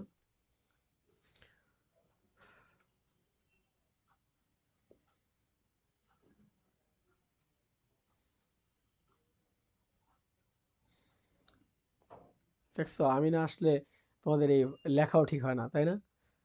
সাউন্ড স্লাইড ঘোলা হয়ে গেল, ঘোলা হয়ে গেছে, যে আমাকে ছাড়া তো ঘোলা হবেই। তাহলে পৃথিবীতে বর্তমানে ভাষার সংখ্যা কত? পৃথিবীতে বর্তমানে ভাষার সংখ্যা কত? সবাই একটু বলো তো দেখি, পৃথিবীতে বর্তমানে ভাষার সংখ্যা কত? ভাষার সংখ্যা কত? পৃথিবীতে বর্তমানে ভাষার সংখ্যা কত? সবাই একটু ক্লাসটা শেয়ার করেন। শেয়ার নিয়ে কিপটামি করেন কেন? আপনাদের জন্য এত কষ্ট করে ক্লাস দিচ্ছি, আপনারা ক্লাসটা শেয়ার দিবেন, বন্ধুদেরকে একটু মেনশন করবেন। আজকের ক্লাস যদি সর্বোচ্চ শেয়ার হয়, আপনাদেরকে আমরা বলে দিচ্ছি যে আমাদের স্পেশাল একটা গিফট আছে আপনাদের জন্য, সবার জন্য এই গিফটটা। তো যারা শেয়ার করবেন, শেয়ার করে দ্রুত একটু বন্ধুদেরকে মেনশন করেন, দ্রুত একটু শেয়ারটা করেন। যারা 5 জন বন্ধুকে মেনশন করবে এবং 5টা গ্রুপে, হৃদয় একটু উঠো না ভাই, উঠবা, একটু উঠবা, উঠে বসে থাকো। এখানে দেখো খোলা হয়ে যাচ্ছে বারবার। তো যারা 5টা গ্রুপে শেয়ার করবেন এবং 5 জন বন্ধুকে মেনশন করবেন, 5টা গ্রুপে শেয়ার করবেন এবং 5 জন বন্ধুকে মেনশন করবেন, তাদেরকে আমরা ইনবক্সে ইনশাআল্লাহ আমরা একটা গিফট আছে, গিফটটা আপনাদেরকে বুঝিয়ে দিব, অফকোর্স মূল্যবান গিফট। ওকে, তাহলে দেখেন বর্তমানে পৃথিবীতে ভাষার সংখ্যা কত? বর্তমানে পৃথিবীতে ভাষার সংখ্যা হচ্ছে 3,500। কত হাজার? 3,500। আমরা জানি acknowledge language of the world এর মধ্যে 7,000 প্লাস। ঠিক আছে, ওটা হচ্ছে acknowledge language of the world, এটা হচ্ছে একটা ভাষা বিষয়ক সংস্থা, ওয়ার্ল্ড ওয়াইড সংস্থা। সেখানে আমরা দেখছি যে ভাষার সংখ্যা হচ্ছে 7,159টি, আবার এক জায়গায় আছে 7,169টি। ওকে, এরপর আসি, প্রত্যেক ভাষার মৌলিক অংশ, প্রত্যেক ভাষার মৌলিক অংশ কয়টি? প্রত্যেক ভাষার মৌলিক অংশ কয়টি? প্রত্যেক ভাষার মৌলিক অংশ কয়টি? বলেন দেখি, প্রত্যেকটি ভাষারই মৌলিক অংশ কয়টি? প্রত্যেক ভাষার মৌলিক অংশ কয়টি? প্রত্যেক ভাষার মৌলিক অংশ কয়টি? সবাই একটু ঝটপট কমেন্ট করে জানান তো, প্রত্যেক ভাষার মৌলিক অংশ কয়টা? ভাষার মৌলিক অংশ কয়টা? ভাষার মৌলিক অংশ কয়টা? ভাষার মৌলিক অংশ কয়টি? ভাষার মৌলিক অংশ কয়টি? সবাই একটু কমেন্ট করেন, ভাষার মৌলিক অংশ কয়টি? ভাষার মৌলিক অংশ কয়টি? ভাষার মৌলিক অংশ কয়টি? ভাষার মৌলিক অংশ কয়টি? ভাষার মৌলিক অংশ কয়টি? দুইটি? দুইটি?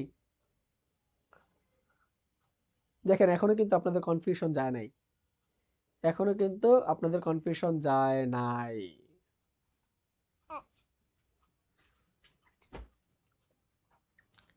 এখনো কনফিউশন যায় নাই। আর কবে যাবে? পরীক্ষার পর? এদিকে তাকান, সবাই দিকে তাকান।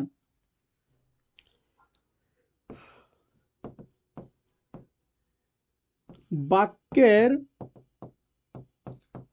অংশ দুইটা, বাক্যের অংশ কয়টা? দুইটা। একটা হচ্ছে উদ্দেশ্য আর একটা হচ্ছে বিধেয়। একটা হচ্ছে উদ্দেশ্য আর একটা কি? বিধেয়। কিন্তু আমি এখানে বাক্যের অংশ কয়টা আমি এটা বলি নাই। আমি আপনাদেরকে বলছি ভাষার ভাষার মৌলিক অংশ কয়টি? ভাষার মৌলিক অংশ কয়টি? ভাষার মৌলিক অংশ কয়টি? যদি প্রশ্ন আসতো বাক্যের মৌলিক অংশ কয়টি, বা সরি বাক্যের অংশ কয়টি, তাহলে বাক্যের অংশ হইতো দুইটা, একটা উদ্দেশ্য এবং বিধেয়। কিন্তু ভাষার যখন বলবে ভাষার মৌলিক অংশ কয়টি, তখন রাইট অ্যান্সার হবে চারটি। ভাষার মৌলিক অংশ কয়টা? ভাষার মৌলিক অংশ হচ্ছে চারটা। ভাষার মৌলিক অংশ হচ্ছে চারটা। আর বাক্যের অংশ হচ্ছে দুইটা। বাক্যের অংশ কয়টা? দুইটা। আর ভাষার অংশ কয়টা? ভাষার অংশ হচ্ছে চারটা। ভাষার মৌলিক অংশ কয়টা? চারটা। কি কি একটু আসি বলে দিচ্ছি। ভাষার মৌলিক অংশ কয়টা? চারটা। কি কি একটু সবাই কমেন্ট করেন তো দেখি কি কি। এক নম্বর হচ্ছে আমরা বলি, এক নম্বর হচ্ছে ধ্বনি, এক নম্বর হচ্ছে ধ্বনি, তারপর হচ্ছে শব্দ, শব্দ, তিন নাম্বার হচ্ছে বাক্য, বাক্য, এবং চার নাম্বার হচ্ছে অর্থ, অর্থ, অর্থ। তাহলে একটু দেখেন ভাষার বা আমাদের বাক্যে ভাষার অংশ কয়টা? ভাষার ভাষার অংশ, ভাষার মৌলিক অংশ কয়টা? ভাষার মৌলিক অংশ হচ্ছে চারটা। ভাষার মৌলিক অংশ কয়টা? চারটা। ভাষার মৌলিক অংশ কয়টা? চারটা। বাক্যের অংশ দুইটা। বাক্যের অংশ দুইটা, সবসময় মনে রাখবেন। বাক্যের অংশ দুইটা, ভাষার অংশ কয়টা? চারটা। ভাষার অংশ কয়টা? চারটা। সাউন্ড, ওয়ার্ড, সেন্টেন্স এবং meaning. Sound, word, sound, word, sentence, meaning, এগুলো হচ্ছে ভাষার অংশ। এগুলো কি? ভাষার অংশ। এর মধ্যে এর মধ্যে একটু খেয়াল রাখবেন, আমাদের বলে ভাষার ভাষার মৌলিক আলোচ্য বিষয় কয়টি? ভাষার মৌলিক বা প্রধান আলোচ্য বিষয় কয়টি? মনে রাখবেন ভাষার প্রধান আলোচ্য বিষয় চারটা। ভাষার প্রধান আলোচ্য বিষয় চারটা। ভাষার প্রধান আলোচ্য বিষয় কয়টা? চারটা। ভাষার প্রধান আলোচ্য বিষয় কয়টা যদি বলে ভাষার, এখানে মৌলিক আলোচনার বিষয় না যায় যদি বলে, মৌলিক আলোচনার বিষয় না যায় যদি বলে ভাষার ভাষার প্রধান আলোচ্য বিষয়,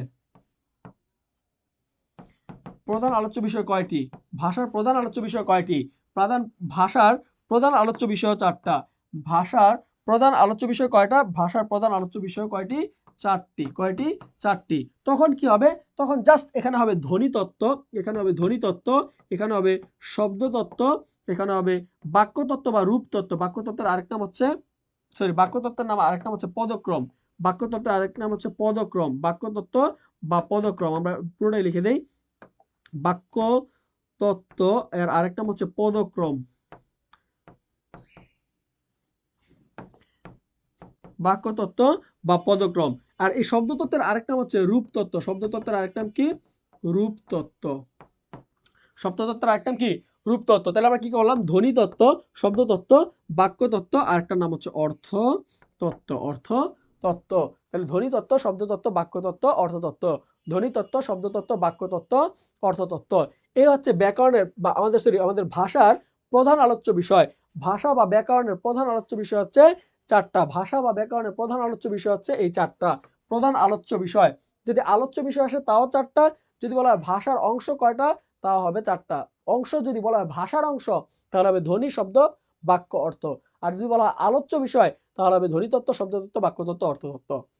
অনেকেই বলতে পারে যে ভাই ভাষার প্রধান আলোচ্য বিষয় তো হচ্ছে 6টা। না ভাই, মিথ্যা কথা।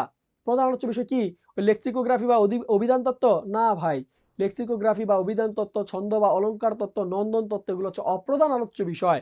এগুলো অপ্রধান আলোচ্য বিষয়। ভাষা বা ব্যাকরণের প্রধান আলোচ্য বিষয় চারটাই। এছাড়াও আছে অভিধান তত্ত্ব, ছন্দ বা অলংকার তত্ত্ব, আর একটা আছে নন্দন তত্ত্ব। এগুলো এই চারটার মধ্যেই পড়ে। ঠিক আছে? তাহলে ভাষা বা ব্যাকরণের আলোচ্য বিষয় কয়টা?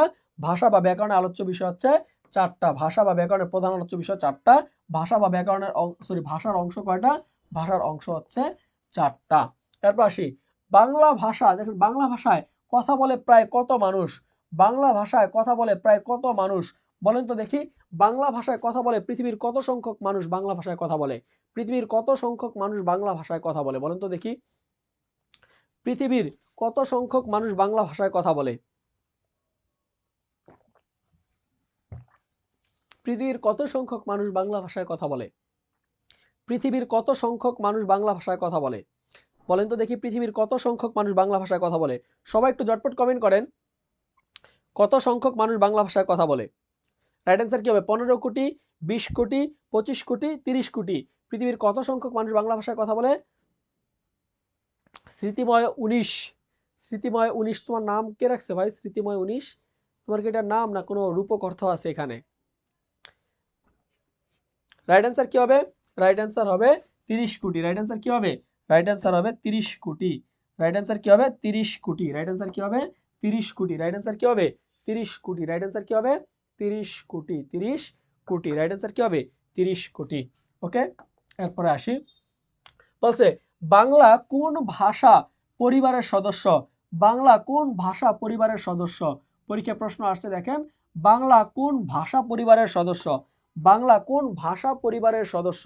বাংলা কোন ভাষা পরিবারের সদস্য? একটু বলেন তো দেখি, ভাষা পরিবার আর ভাষা বংশ একই জিনিস কিনা? আমরা জানি পৃথিবীতে ভাষা বংশ আছে, কি আছে? ভাষা বংশ আছে 26টা। কয়টা? 26টা। ভাষা বংশ আছে কয়টা? 26টা। পৃথিবীতে ভাষা বংশ কয়টা? পৃথিবীতে ভাষা বংশ হচ্ছে 26টা। পৃথিবীতে ভাষা বংশ আছে কয়টা? 26টা। পৃথিবীতে ভাষা বংশ কয়টা? 26টা। পৃথিবীতে ভাষা বংশ কয়টা? 26টা। যার মধ্যে আমাদের এই বাংলা ভাষা কোন ভাষা বংশের? বাংলা ভাষা কোন ভাষা বংশের? রাইট অ্যান্সার কি হবে? বাংলা ভাষা হচ্ছে ইন্দো ইউরোপীয় ভাষা বংশের। কোন ভাষা বংশের? ইন্দো ইউরোপীয় ভাষা বংশের। যদি বলা হয় কোন শাখার, তাহলে হবে শতম শাখার। কোন শাখার? যদি বলা হয় ইন্দো ইউরোপীয় কোন শাখার, হবে শতম শাখার। কোন শাখার? শতম শাখার। শতম শাখার। তাহলে ইন্দো ইউরোপীয় শতম শাখার অন্তর্ভুক্ত হচ্ছে বাংলা ভাষা।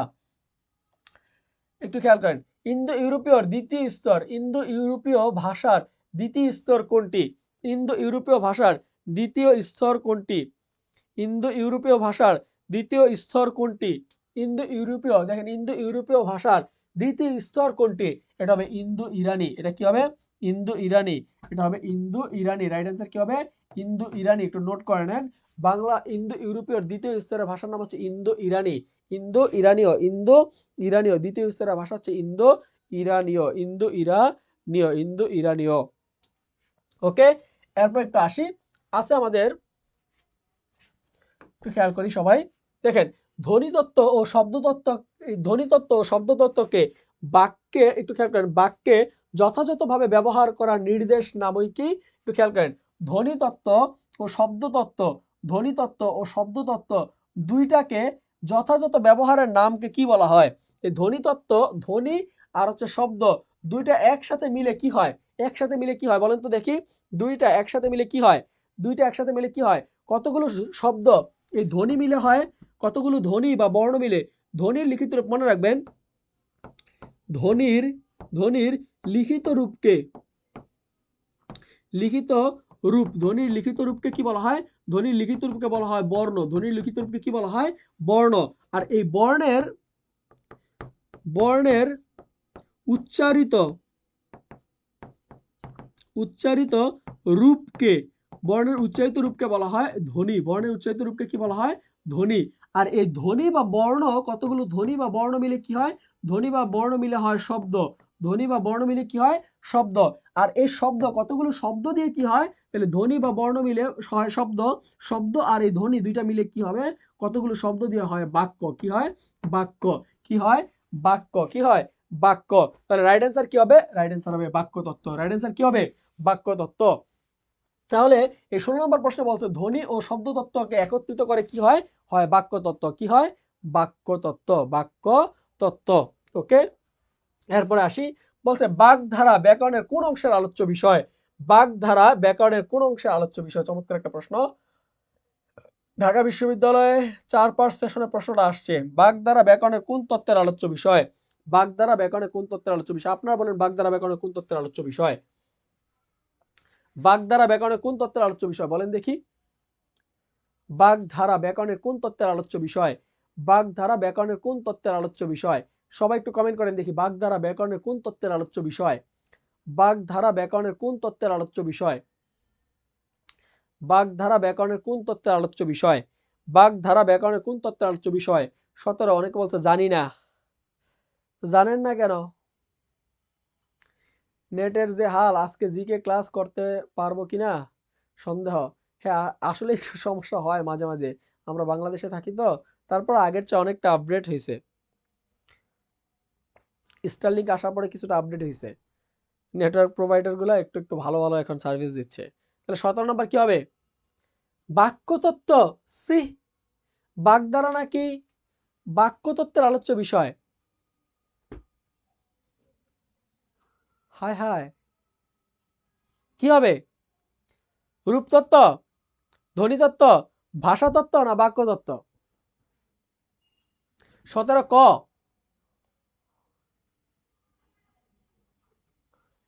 Back call. ধরো এই জায়গায় অ্যান্সার আছে নাকি? নাই তো এখানে অ্যান্সার। বাগধারা, বাগধারা একটু খেয়াল করি, বাগধারা ব্যাকরণে অর্থতত্ত্বের আলোচ্য বিষয়। বর্তমানে অর্থতত্ত্ব, অর্থতত্ত্বের আলোচ্য বিষয়। বাগধারা ব্যাকরণে কোন তত্ত্বের আলোচ্য বিষয়? অর্থতত্ত্বের আলোচ্য বিষয়। বাগধারা ব্যাকরণে কোন তত্ত্বের আলোচ্য বিষয়? অর্থতত্ত্বের আলোচ্য বিষয়। হ্যাঁ, বাক্যতত্ত্ব ছিল, বাক্যতত্ত্ব একটা সময় ছিল, নিতে পারতাম, কিন্তু বর্তমান সময়ে বর্তমান ব্যাকরণ বইতে বাগধারা এখন আর বাক্যতত্ত্বের আলোচ্য বিষয় না, বাগধারা এখন অর্থতত্ত্বের আলোচ্য বিষয়। বাগধারা কোন তত্ত্বের আলোচ্য বিষয়? অর্থতত্ত্বের আলোচ্য বিষয়। যদি পরীক্ষায় অপশন না থাকে আজকের মতো যদি অপশন না থাকে, অ্যান্সার যদি না থাকে, তুমি কি করবা? খালি রেখে আসবা, বলবা রাশেদ ভাই বলছে এই কাজ ভুলও করো না, একটা দাগায় এসো, সেটা দাগাবা, সেটা হচ্ছে বাক্যতত্ত্ব। কারণ প্রিভিয়াস ইয়ারের যদি কোশ্চেন আসে, যদি কোনো বিশ্ববিদ্যালয়ে, ঢাকা বিশ্ববিদ্যালয় হয়তো স্ট্যান্ডার্ড মেনটেন করে যে এটা এরকম প্রশ্ন হবে না, কারণ নতুন আপডেট হয়েছে, যেহেতু বর্তমান সময় ব্যাকরণ আপডেট হয়েছে, ব্যাকরণ আপডেট হয়ে এই বাগধারাকে নিচে কোন তত্ত্বে? বাগধারাকে নিয়ে আসছে অর্থতত্ত্বে। বাগধারাকে নিয়ে আসছে কোন তত্ত্বে? অর্থতত্ত্বে। আগে কারক ছিল, কারক ছিল শব্দ তত্ত্বে, এখন কারককে নিয়ে আসছে কোন তত্ত্বে? বাক্য তত্ত্বে। কারককে কোন তত্ত্বে নিয়ে আসছে? বাক্য তত্ত্বে।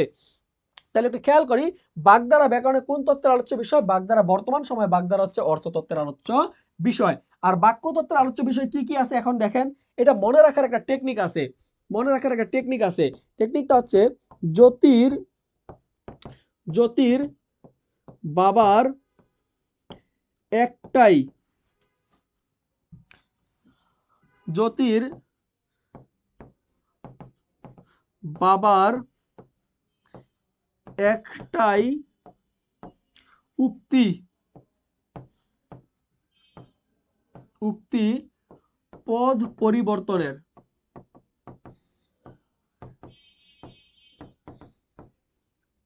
জ্যোতির বাবার কয়টা উক্তি?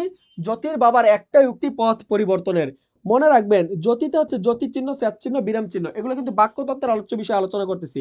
বাক্যতত্ত্ব, বাক্যতত্ত্ব মনে রাখার টেকনিক লিখে রাখতে পারেন, বাক্যতত্ত্ব মনে রাখার টেকনিক। জ্যোতিতে হচ্ছে জ্যোতি চিহ্ন, স্যাত চিহ্ন, বিরাম চিহ্ন, জ্যোতি চিহ্ন, স্যাত চিহ্ন, বিরাম চিহ্ন। এই বা থেকে হচ্ছে বাচ্য, বা থেকে কি? বাচ্য। বা থেকে কি?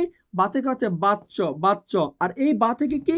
এই বা থেকে হচ্ছে বাক্য সংক্রান্ত যা আছে সব, বাক্য সংক্রান্ত যা আছে সব। তাহলে বাক্যতত্ত্বের আরেকটা হচ্ছে পদক্রম। তাহলে বাক্য, বাক্য প্রকরণ, বাক্য পরিবর্তন, বাক্য পরিবর্তন, তাহলে পদক্রম, এই সবগুলো হচ্ছে বাক্যতত্ত্বের আলোচ্য বিষয়। এই এক থেকে হচ্ছে এক কথায় প্রকাশ। তাহলে এক কথায় প্রকাশ কোন তত্ত্বের আলোচ্য বিষয়?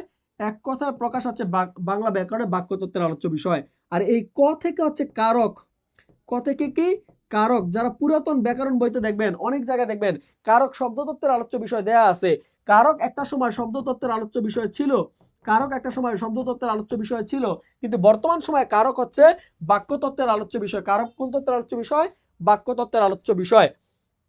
এই উক্তি থেকে হচ্ছে উক্তি নিজেই, উক্তি থেকে উক্তি নিজেই। আর পদ পরিবর্তন থেকে হচ্ছে পদ পরিবর্তন।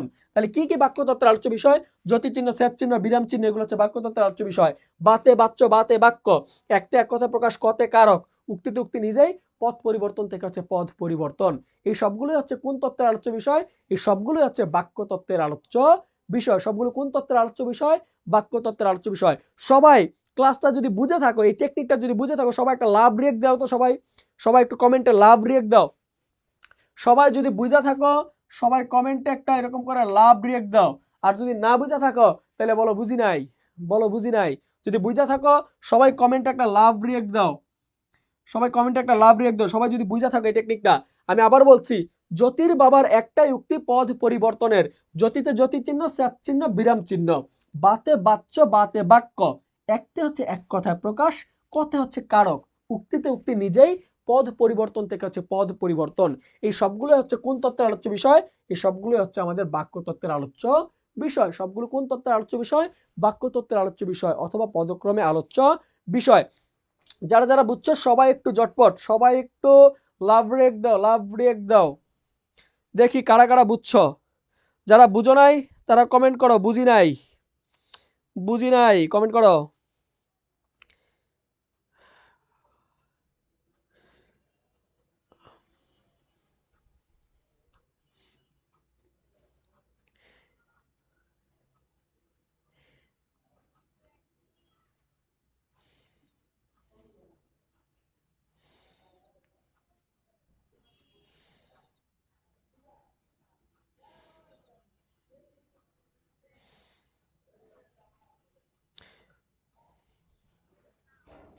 সবাই বুঝি নাই, ওকে ঠিক আছে, বুঝেন নাই, আবার বলতেছি, একটু খেয়াল করি, খেয়াল করি।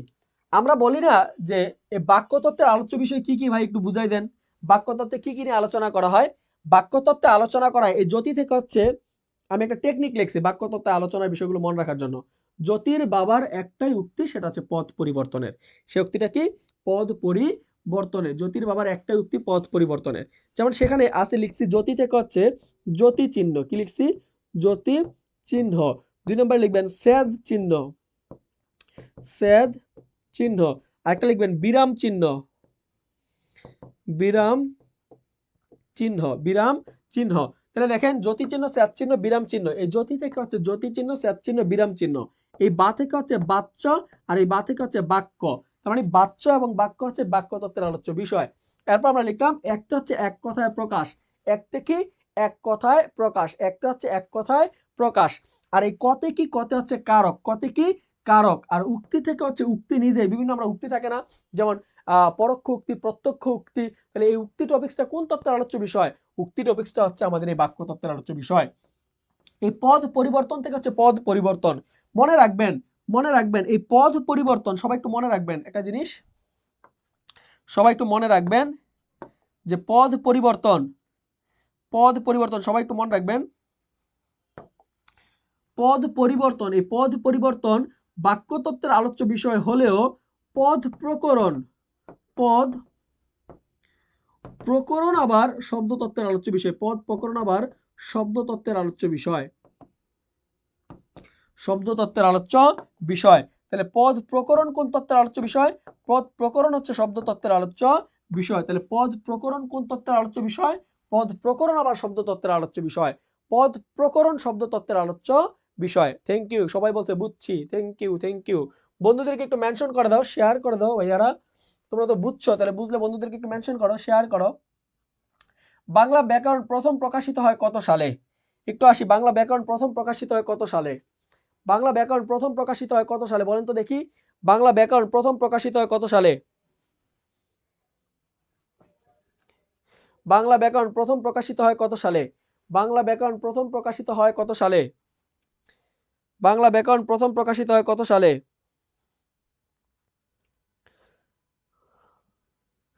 বাংলা ব্যাকরণ প্রথম প্রকাশিত হয় কত সালে? বাংলা ব্যাকরণ প্রথম প্রকাশিত হয় কত সালে? বাংলা ব্যাকরণ প্রথম প্রকাশিত হয় কত সালে? ওকে, একটু আসি, বাংলা ব্যাকরণ প্রথম প্রকাশিত হয় কত সালে বলেন তো দেখি? বাংলা ব্যাকরণের প্রথম গ্রন্থের নাম কি? বাংলা ব্যাকরণের প্রথম গ্রন্থের নাম হচ্ছে ভোকাবুলারিও ইএম ইদিওমা বেঙ্গল পর্তুগিজ। এই গ্রন্থটা প্রথম প্রকাশিত হয়, এই গ্রন্থটি প্রথম রচনা হয় 1734 সালে। কত সালে? 1734 সালে রচনা হয়, রচনা 1734 সালে রচনা হয় ভোকাবুলারিও ইএম ইদিওমা বেঙ্গল পর্তুগিজ। কত সালে? 1734 সালে রচনা হয়, রচনা হয়।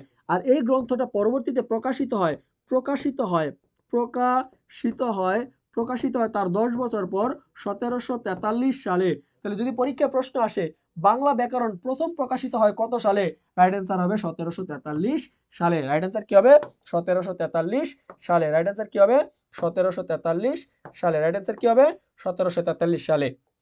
ওকে, এই নিয়ে আমরা একটা হিস্ট্রি পড়ে আসতে পারি। আমরা একটা হিস্ট্রি পড়ে আসতে পারি, যেখান থেকে কিন্তু আমাদের পরীক্ষা প্রশ্ন থাকবে। একটা হিস্ট্রি পড়ে আসতে পারি। হিস্ট্রিটা হচ্ছে ব্যাকরণের ইতিহাস। ব্যাকরণের ইতিহাস। সবাই একটু লেখেন ব্যাকরণের ইতিহাস।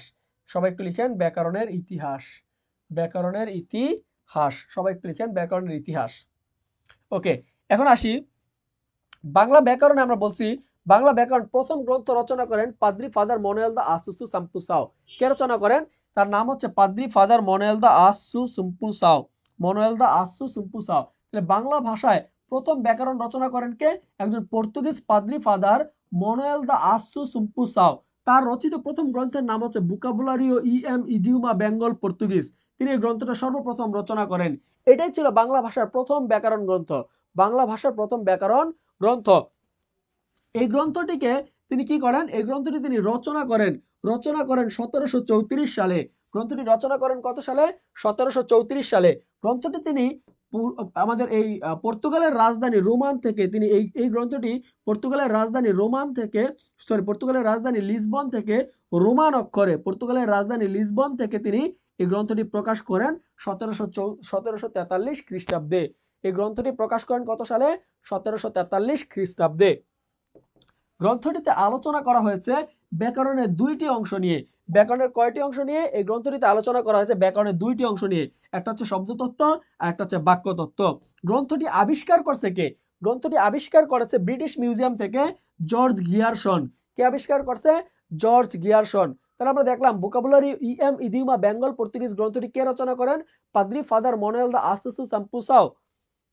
যদি পরীক্ষা প্রশ্ন আসে যে এই বাংলা ব্যাকরণের প্রথম গ্রন্থটি রচয়িতার বাড়ি কই বা কোথা থেকে, মানে এই রচয়িতার কোন, মানে বাংলা ব্যাকরণের প্রথম রচয়িতা তার তিনি কোন দেশের নাগরিক? তাহলে হবে পর্তুগালের নাগরিক।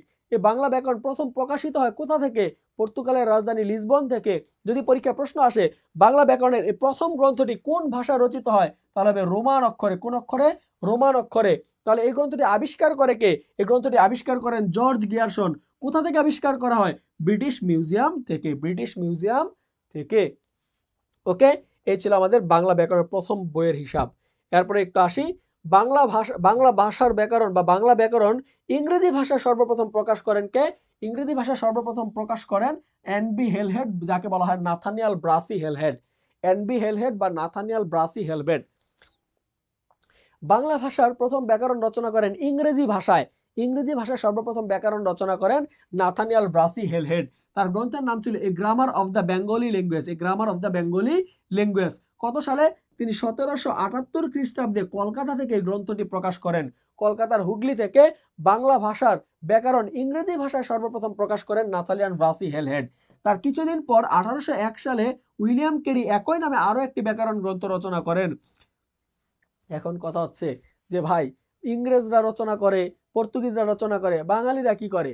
বাঙালিরা কি করে? বাঙালিরা কি করে একটু খেয়াল করি। বাঙালিরা রাজা রামমোহন রায় রচনা করেছিলেন আমাদের এই Bengali grammar in English language নামে একটা গ্রন্থ রচনা করেছিলেন। Bengali grammar in English language নামে একটি গ্রন্থ রচনা করেছিলেন আমাদের রাজা রামমোহন রায়। যদি বলা হয় বাঙালি রচিত প্রথম ব্যাকরণ গ্রন্থের নাম কি? বাঙালি রচিত প্রথম ব্যাকরণ গ্রন্থের নাম হচ্ছে Bengali grammar in English language. লিখেছিলেন রাজা রামমোহন রায়। গ্রন্থটি রচনা হয়েছিল ইংরেজি ভাষায়। গ্রন্থটি রচনা হয়েছিল কি? ইংরেজি ভাষায়। গ্রন্থটি প্রকাশ হয় 1826 খ্রিস্টাব্দে। গ্রন্থটি প্রকাশে কত সালে? 1826 খ্রিস্টাব্দে। এখন কথা হচ্ছে ভাই, বাঙালি তুমি বাংলা ব্যাকরণ লিখবা ভালো কথা, তো ইংরেজি ভাষায় লিখছো কে? বাংলা ভাষায় লিখতে পারলা না? তো দেখি একটু বাংলা ভাষায় কিভাবে লেখে। বাংলা ভাষায় আমাদের এই রাজা রামমোহন রায় বাংলা ভাষায় একটা ব্যাকরণ লিখেন। পরবর্তীতে এই গ্রন্থটাকে বাংলায় অনুবাদ করতে করতে তিনি মারা যান। তাহলে বাংলা ভাষায় দেখেন রাজা রামমোহন রায় রচিত বাংলা ভাষায় বঙ্গ অক্ষরে রচিত প্রথম ব্যাকরণ গ্রন্থের নাম কি? বাংলা ভাষায় বঙ্গ অক্ষরে রচিত প্রথম ব্যাকরণ গ্রন্থের নাম হচ্ছে গৌড়ীয় ব্যাকরণ। লিখেছেন কে? লিখেছেন রাজা রামমোহন রায়। প্রকাশিত হয় কত সালে? 1833 খ্রিস্টাব্দে। তাহলে পরীক্ষায় যদি প্রশ্ন আসে বাঙালি রচিত বঙ্গ অক্ষরে, কি বলছি? বঙ্গ অক্ষরে মানে বাংলা ভাষায়, এর আগের গুলা গেছে ইংরেজিতে, রোমান অক্ষরে। এখন একটু আসি, বাঙালি রচিত বঙ্গ অক্ষরে প্রথম প্রকাশিত গ্রন্থের নাম কি? প্রথম বাংলা ব্যাকরণ গ্রন্থের নাম কি? নাম হবে গৌড়ীয় ব্যাকরণ। নাম হবে কি? গৌড়ীয় ব্যাকরণ। লিখেছেন কে? লিখেছেন রাজা রামমোহন রায়। লিখেছেন কে? রাজা রামমোহন রায়। ওকে, সবাই ক্লিয়ার? স্যার ইউটিউবে ক্লাসগুলো কি পাওয়া যায় না? হ্যাঁ, ইউটিউবে পাওয়া যাবে, সমস্যা নাই। ইউটিউবে পাবেন, কোনো সমস্যা নাই। ইউটিউবে পাবেন, কোনো সমস্যা নাই। ওকে, এই যে হচ্ছে ইউটিউব চ্যানেল, এই যে রাশেদ স্যার ইউটিউব চ্যানেলে আপনারা পাবেন ক্লাসগুলো, কোনো সমস্যা নাই। রাশেদ স্যার ইউটিউব চ্যানেলে ঢুকলে আপনারা এই বাংলা ক্লাসগুলো পাবেন, ঠিক আছে? বাংলা ক্লাস পাবেন, বাংলা ব্যাকরণ ক্লাসগুলো পাবেন রাশেদ স্যার ইউটিউব চ্যানেলে ঢুকলে, ঠিক আছে? ওকে, রাশেদ স্যার ইউটিউব চ্যানেলের নাম হচ্ছে রাশেদ স্যার। ওকে, তাহলে আর পরের প্রশ্নে চলে যাই। বলছে ব্যাকরণ কি? ব্যাকরণ কি? ব্যাকরণ কি বলেন? ব্যাকরণ কি? ঢাকা বিশ্ববিদ্যালয়ে গার্হস্থ্য অর্থনীতি। ব্যাকরণ কি?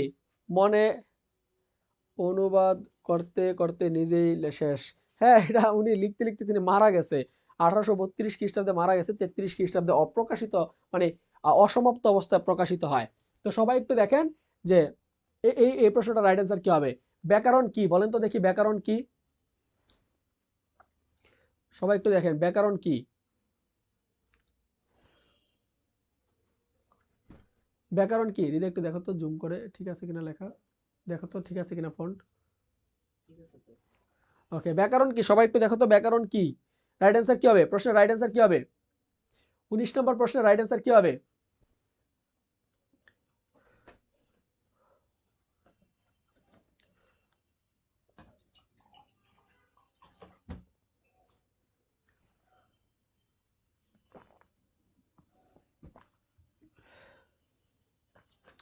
19 নম্বর প্রশ্নের রাইট অ্যান্সার কি হবে? সবাই একটু কমেন্ট করেন 19 নম্বর প্রশ্নের রাইট অ্যান্সার কি হবে? 19 নম্বর প্রশ্নের রাইট অ্যান্সার কি হবে? 19 নম্বর প্রশ্নের রাইট অ্যান্সার কি হবে? ব্যাকরণ হচ্ছে ভাষা শিক্ষা। ব্যাকরণ হচ্ছে ভাষা শিক্ষার সহায়ক একটি শাস্ত্র, ভাষা শিক্ষার একটা বই। ব্যাকরণ কি? ব্যাকরণ হচ্ছে ভাষা শিক্ষার একটা বই, ভাষা শিক্ষার একটা বই বা ভাষা শিক্ষার একটা গ্রন্থ, সহায়ক গ্রন্থ। ব্যাকরণ হচ্ছে ভাষা শিক্ষার সহায়ক গ্রন্থ। এরপর আসি, রূপতত্ত্বের অপর নাম কি? রূপতত্ত্বের অপর নাম কি? এটা রাজশাহী বিশ্ববিদ্যালয়ের একটা প্রশ্ন, বি ইউনিটে আসছে 18-19 সেশনে। রূপতত্ত্বের অপর নাম কি? রূপতত্ত্বের অপর নাম কি? সবাই বলেন তো দেখি 20 নম্বর প্রশ্নের রাইট অ্যান্সার কি হবে? রূপতত্ত্বের অপর নাম কি? রূপতত্ত্বের অপর নাম কি? সবাই একটু কমেন্ট করেন, রূপতত্ত্বের অপর নাম কি?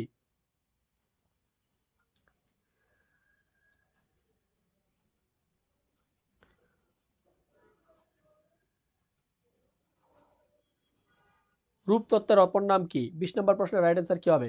রূপতত্ত্বের অপর নাম কি?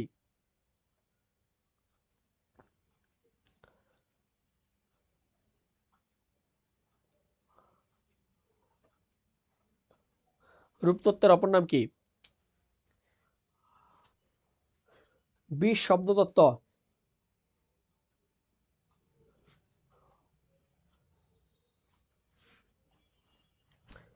20 রাইট অ্যান্সার কি হবে? রূপতত্ত্বের অপর নাম হচ্ছে শব্দতত্ত্ব। আমরা জানি শব্দতত্ত্বের আরেক নাম হচ্ছে রূপতত্ত্ব, আর এই বাক্যতত্ত্বের আরেক নাম হচ্ছে পদক্রম। বাক্যতত্ত্বের আরেক নাম কি? পদক্রম। বাক্যতত্ত্বের আরেক নাম হচ্ছে পদক্রম। রূপতত্ত্ব হচ্ছে শব্দতত্ত্বের আরেক নাম হচ্ছে রূপতত্ত্ব। শব্দতত্ত্বের আরেক নাম কি? রূপতত্ত্ব। শব্দতত্ত্বের আরেক নাম কি? রূপতত্ত্ব। আর বাক্যতত্ত্বের আরেক নাম হচ্ছে পদক্রম। বাক্যতত্ত্বের আরেক নাম কি? পদক্রম। বাক্যতত্ত্বের আরেক নাম কি? পদক্রম। ওকে, এরপর আসি বাংলা ব্যাকরণ। একটু খেয়াল করেন, বাংলা ব্যাকরণের প্রথম যে ভাষায় লেখা হয়েছে, পরীক্ষায় প্রশ্ন আসছে জাহাঙ্গীরনগর বিশ্ববিদ্যালয়ে। অনেক শিক্ষার্থী আমাকে বলেন, ভাই আপনি যে বারবার বলেন যে শিক্ষা বইটা কিনতে, শিক্ষা বইয়ে কি আছে একটু খেয়াল করি। আপনারা অনেকে আমাকে বলেন, ভাই শিক্ষা বইটা কেন কিনবো? দেখেন তো, আমি বলি, আপনারা যারা জাহাঙ্গীরনগর বিশ্ববিদ্যালয়ে পরীক্ষা দিবেন, দেখেন তো জাহাঙ্গীরনগর বিশ্ববিদ্যালয়ের প্রশ্ন আসছে কিনা। দেখেন এই যে এই বই থেকে দেখেন, আমি যে এতক্ষণ পড়াইলাম, আমি একটা ইনফরমেশন আমার বইয়ের বাইরে দেই নাই, সব ইনফরমেশন আমার বইয়ে আছে। দেখেন এতক্ষণ যে পড়াইলাম যে রূপতত্ত্বের অপর নাম কি, দেখেন একটু খেয়াল করি। রূপতত্ত্বের অপর নাম আমরা বলছি, এই যে রূপতত্ত্বের অপর নাম হচ্ছে শব্দতত্ত্ব, রূপতত্ত্ব, বাক্যতত্ত্ব, পদক্রম। সিনট্যাক্স একবার ইংরেজি পর্যন্ত দেওয়া আছে, বিউপির জন্য লাগবে। এরপর দেখেন আমাদের এখানে প্রশ্নটা, এখনকার প্রশ্নটা কি আসছে? এখন প্রশ্নটা আসছে যে বাংলা ব্যাকরণ প্রথম যে ভাষায় লেখা হয়, বাংলা ব্যাকরণ প্রথম কোন ভাষায় লেখা হয়? একটু আসি, বাংলা ব্যাকরণ প্রথম কোন ভাষায় লেখা হয় একটু খেয়াল করেন। দেখেন বাংলা ব্যাকরণ প্রথম কোন ভাষায় লেখা হয়, দেখেন একদম স্পষ্টভাবে লেখা আছে সহজ ভাষায়। আমরা কঠিন করার চেষ্টা করি না, স্টুডেন্টদের শেষ সময় পড়ার জন্য সাজেশন লাগে, আমরা সাজেশনই বানাইছি, কোনো বই বানাই নাই। এটা বই না, এটা সাজেশন, সাজেশনই বানাইছি ভাই। চেষ্টা করেছি সাজেশন বানাইতে, বই না। যে সাজেশন আপনি এক সপ্তাহে পড়া শেষ করতে পারবেন, আপনি এক সপ্তাহ পড়া দুইবার যেন রিভিশন দিতে পারেন, এর জন্য সাজেশন বানাইছি, এটা বই না। 1400-1500 পৃষ্ঠা বই পড়ে এখন শেষ করার সময় নাই ভাই। আবার এটাও বলছি না যে 2 পাতা শীট পড়ে তুমি ঢাকা বিশ্ববিদ্যালয়ে চান্স পেয়ে যাওয়া, এর বাইরে আর প্রশ্ন আসার পসিবিলিটি নেই। আমাদের মধ্যে অনেক শিক্ষক, মানে নামদারি শিক্ষক অনেকেই আছেন যারা বলে যে আমার 52 পৃষ্ঠার বই পড়লেই হয়ে যাবে, এই সিলেবাসের বাইরে আর প্রশ্ন আসার পসিবিলিটি নাই, এইখান থেকে শতভাগ কমন আসবে, তোমরা শুধু এটাই পড়ে যাবা। ভাই 52 পৃষ্ঠার বই থেকে যদি কমন আসতো তাহলে 1200 পৃষ্ঠার বই লাগতো না, 52 পৃষ্ঠার বই বানাইতো মানুষ। আমি তোমাকে এটা বলছি না যে তুমি বড় বইগুলো পড়বা না, তোমার যদি অ্যাবিলিটি থাকে তুমি বড় বই অবশ্যই পড়বা, ডিটেলস পড়বা ভাই। এই ছোট বই থেকে 100% কমন কোনো বেটা দেখাইতে পারবে না, অ্যাটলিস্ট বাংলায় দেখাইতে পারবে না।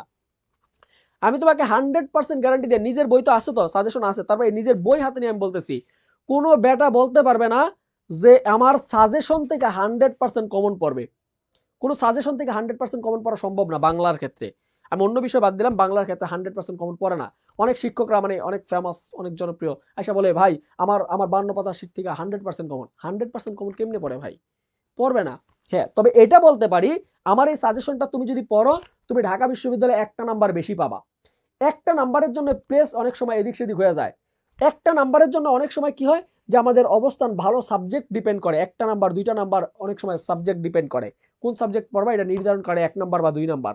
তাহলে আমি বলবো শেষ সময় তোমরা লাইব্রেরিতে, তোমার নিকটস্থ লাইব্রেরি আছে, তোমার লাইব্রেরিতে এই শিক্ষা Bangla final suggestion and model টেস্টটা পাওয়া যাচ্ছে, যেখানে 152 পৃষ্ঠার বই, 152 পৃষ্ঠার বই, যেখানে 102 পৃষ্ঠা সাজেশন, 102 পৃষ্ঠা Bangla first paper, second paper, বিরোচন অংশের সাজেশন এবং 50 সেট মডেল টেস্ট দিয়ে 152 পৃষ্ঠার মোট এই বইটা। এটা মূলত একটা সাজেশন বই, তুমি অবশ্যই সাজেশন বইটা দেখবা। আমি এতক্ষণ যা পড়াইছি এই সাজেশন থেকেই পড়াইছি। ইভেন তোমাকে যখন আমি এই যে পৃষ্ঠা দেখাচ্ছি, এই পৃষ্ঠাও কিন্তু দেখো আমি কিন্তু চেঞ্জ করি নাই, এই পৃষ্ঠাটাও কিন্তু এই সাজেশন থেকেই। দেখো এই যে দেখো যে বাংলা প্রথম পত্র দ্বিতীয় পত্র, এই সাজেশন শিখা, দেখছো এই যে সাজেশন শিখা, দেখো এই যে দেখো আমাদের এই যে 43 নম্বর পৃষ্ঠা, 43 নম্বর পৃষ্ঠা, এই দেখো 43 নম্বর পৃষ্ঠায় আমরা এখানে দেখো কি দিছি যে বাংলা ভাষার ইতিহাস, বাংলা ভাষার ইতিহাস দেখো ছোট করে, বাংলা ভাষার ইতিহাস। তুমি এত বড় ইতিহাস পড়ার এখন সময় নাই, বড় ইতিহাস পড়ার এখন সময় নাই, ছোট ছোট ইতিহাস পড়তে হবে, মানে যেগুলো আসতে পারে গুরুত্বপূর্ণ তথ্যগুলো আমি আমার এই বইতে দেওয়ার চেষ্টা করছি। তো তোমরা যারা গুচ্ছ কিংবা জাহাঙ্গীরনগর বিশ্ববিদ্যালয়ে ভর্তি পরীক্ষা দিবা এবং ঢাকা বিশ্ববিদ্যালয়ে ভর্তি পরীক্ষা দিবা এবং জাতীয় বিশ্ববিদ্যালয়ে ভর্তি পরীক্ষা যদি দাও, অবশ্যই এই বইটা একবার হলেও দেখবা, আশা করি ভালো লাগবে ভাই। ওকে, দেখো তোমাদেরকে তো দেখাইলাম কি কি আছে। দেখো আমরা বলছি যে আমাদের পরীক্ষায় প্রশ্ন আসছে প্রথম বাংলা ভাষায়, বাংলা ভাষার ব্যাকরণ লেখা হয় কোন ভাষায়? প্রথম ব্যাকরণ লেখা হয়েছে, দেখো বাংলা ভাষার প্রথম ব্যাকরণের নাম হচ্ছে পর্তুগিজ পাদ্রি ফাদার লিখছে, তার ব্যাকরণ বইয়ের নাম হচ্ছে ভোকাবুলারি ইডিওমা বেঙ্গল পর্তুগিজ। এই গ্রন্থটি লেখা হয় রোমান অক্ষরে, কোন অক্ষরে? রোমান অক্ষরে, পর্তুগালের রাজধানী লিসবন থেকে প্রকাশিত হয়। আমি এক লাইনে দিছি, এক লাইনে দেখো 3টা জিনিস নিয়ে আসছি। এই একটা লাইন থেকে ভাই 3টা প্রশ্ন করা সম্ভব কিভাবে? এই যে একটা প্রশ্ন আসছে জাহাঙ্গীরনগর বিশ্ববিদ্যালয়ে, একটা আসছে জাহাঙ্গীরনগর বিশ্ববিদ্যালয়ে যে বাংলা ভাষার প্রথম ব্যাকরণ কোন ভাষায় লেখা হয়? রোমান অক্ষরে লেখা হয়েছে। কোথা থেকে প্রকাশ হয়? পর্তুগালের রাজধানী লিসবন থেকে প্রকাশিত হয়। কত সালে প্রকাশিত হয়? 1743 সালে। যদি আমার বড় বই হইতো আমি এই 3টা লাইনই বানাইতাম এটারে। আমার বই যদি বড় বই হইতো তাহলে আমি 3টা বই বানাইতাম, 3টা লাইনই বানাইতাম। যেহেতু এটা ছোট বই, সাজেশন বই, তুমি যেন অল্পতে পড়া রিভিশন দিতে পারো, শেষ সময় তো ভাই বড় বই পড়ার সময় না, এই শেষ সময় হচ্ছে ছোট ছোট সাজেশন পড়ার সময়। এই যে সাজেশনগুলো তুমি পড়া 3-4 বার রিভিশন দিতে পারবা। তবে আমি এটা বলবো না ভাই শতভাগ কমন আসবে, তবে আমি এইটা বলে দিতে পারি তুমি এই সাজেশনটা পড়লে তোমার শেষ সময় তোমার বিশ্ববিদ্যালয়ে পার হয়ে যাবে, মানে বাংলা তোমার যতটুকু লাগবে এইটা পড়লে তোমার এনাফ হয়ে যাবে ভাই। আমি কমন দেখাবো, আমি পরীক্ষা শেষে আমি হাইলাইট করে কমন দেখাবো ইনশাল্লাহ। ওকে, তো দেখো আমাদের এখানে আছে রোমান অক্ষর, তাহলে বাংলা ভাষার প্রথম গ্রন্থ রচনা হয়েছে কোন অক্ষরে? রোমান অক্ষরে। কোন অক্ষরে? রোমান অক্ষরে। কোন অক্ষরে? রোমান অক্ষরে। ওকে, এরপর আমরা দেখি তাহলে এই প্রশ্নটা আমরা উত্তরটা দেখি কি আছে, রাইট অ্যান্সার কি দেয়া আছে দেখি। দেখো রাইট অ্যান্সার কি দেয়া আছে, পর্তুগাল। দেখো বাংলা ভাষায় রচিত প্রথম গ্রন্থ কোন ভাষায় লেখা হয়েছে? পর্তুগিজ ভাষায়। পর্তুগিজ ভাষা যদি বলা হয় কোন অক্ষরে, তাহলে হবে পর্তুগালের রাজধানী লিসবন থেকে প্রকাশিত হয়েছে রোমান অক্ষরে। কোন অক্ষরে? রোমান অক্ষরে। রোমান অক্ষরে। রোমান অক্ষরে। তাহলে আমার বই থেকে কমন আসলো কিনা? যদি রাজশাহী জাহাঙ্গীরনগর বিশ্ববিদ্যালয় তুমি যদি আমার বইটা পড়ে পরীক্ষা দিতা, তুমি পারতা কিনা? অফকোর্স পারতা। ওকে, এরপর একটু আসি। বলছে সন্ধি ব্যাকরণের কোন অংশের আলোচ্য বিষয়? সন্ধি ব্যাকরণের কোন অংশের আলোচ্য বিষয়? সন্ধি ব্যাকরণের কোন অংশের আলোচ্য বিষয়? সবাই একটু কমেন্ট করো তো দেখি, সন্ধি ব্যাকরণের কোন অংশের আলোচ্য বিষয়? আলহামদুলিল্লাহ। এই কারা কারা এই শিক্ষা সাজেশন নিছো বলো দেখি, কারা কারা এই শিক্ষা সাজেশন, কার কার কাছে এই শিক্ষা সাজেশন আছে? কার কার কাছে এই শিক্ষা ফাইনাল সাজেশন বইটি আছে? সবাই একটু কমেন্ট করো। আর যার কাছে নাই সে সবাই, কার কার কাছে এই শিক্ষা ফাইনাল সাজেশন আছে? যার কাছে আছে সবাই একটা লাভ রিয়েক্ট কমেন্ট করো, লাভ রিয়েক্ট কমেন্ট করো। কার কার কাছে এই শিক্ষা সাজেশন আছে একটা লাভ রিয়েক্ট কমেন্ট করো।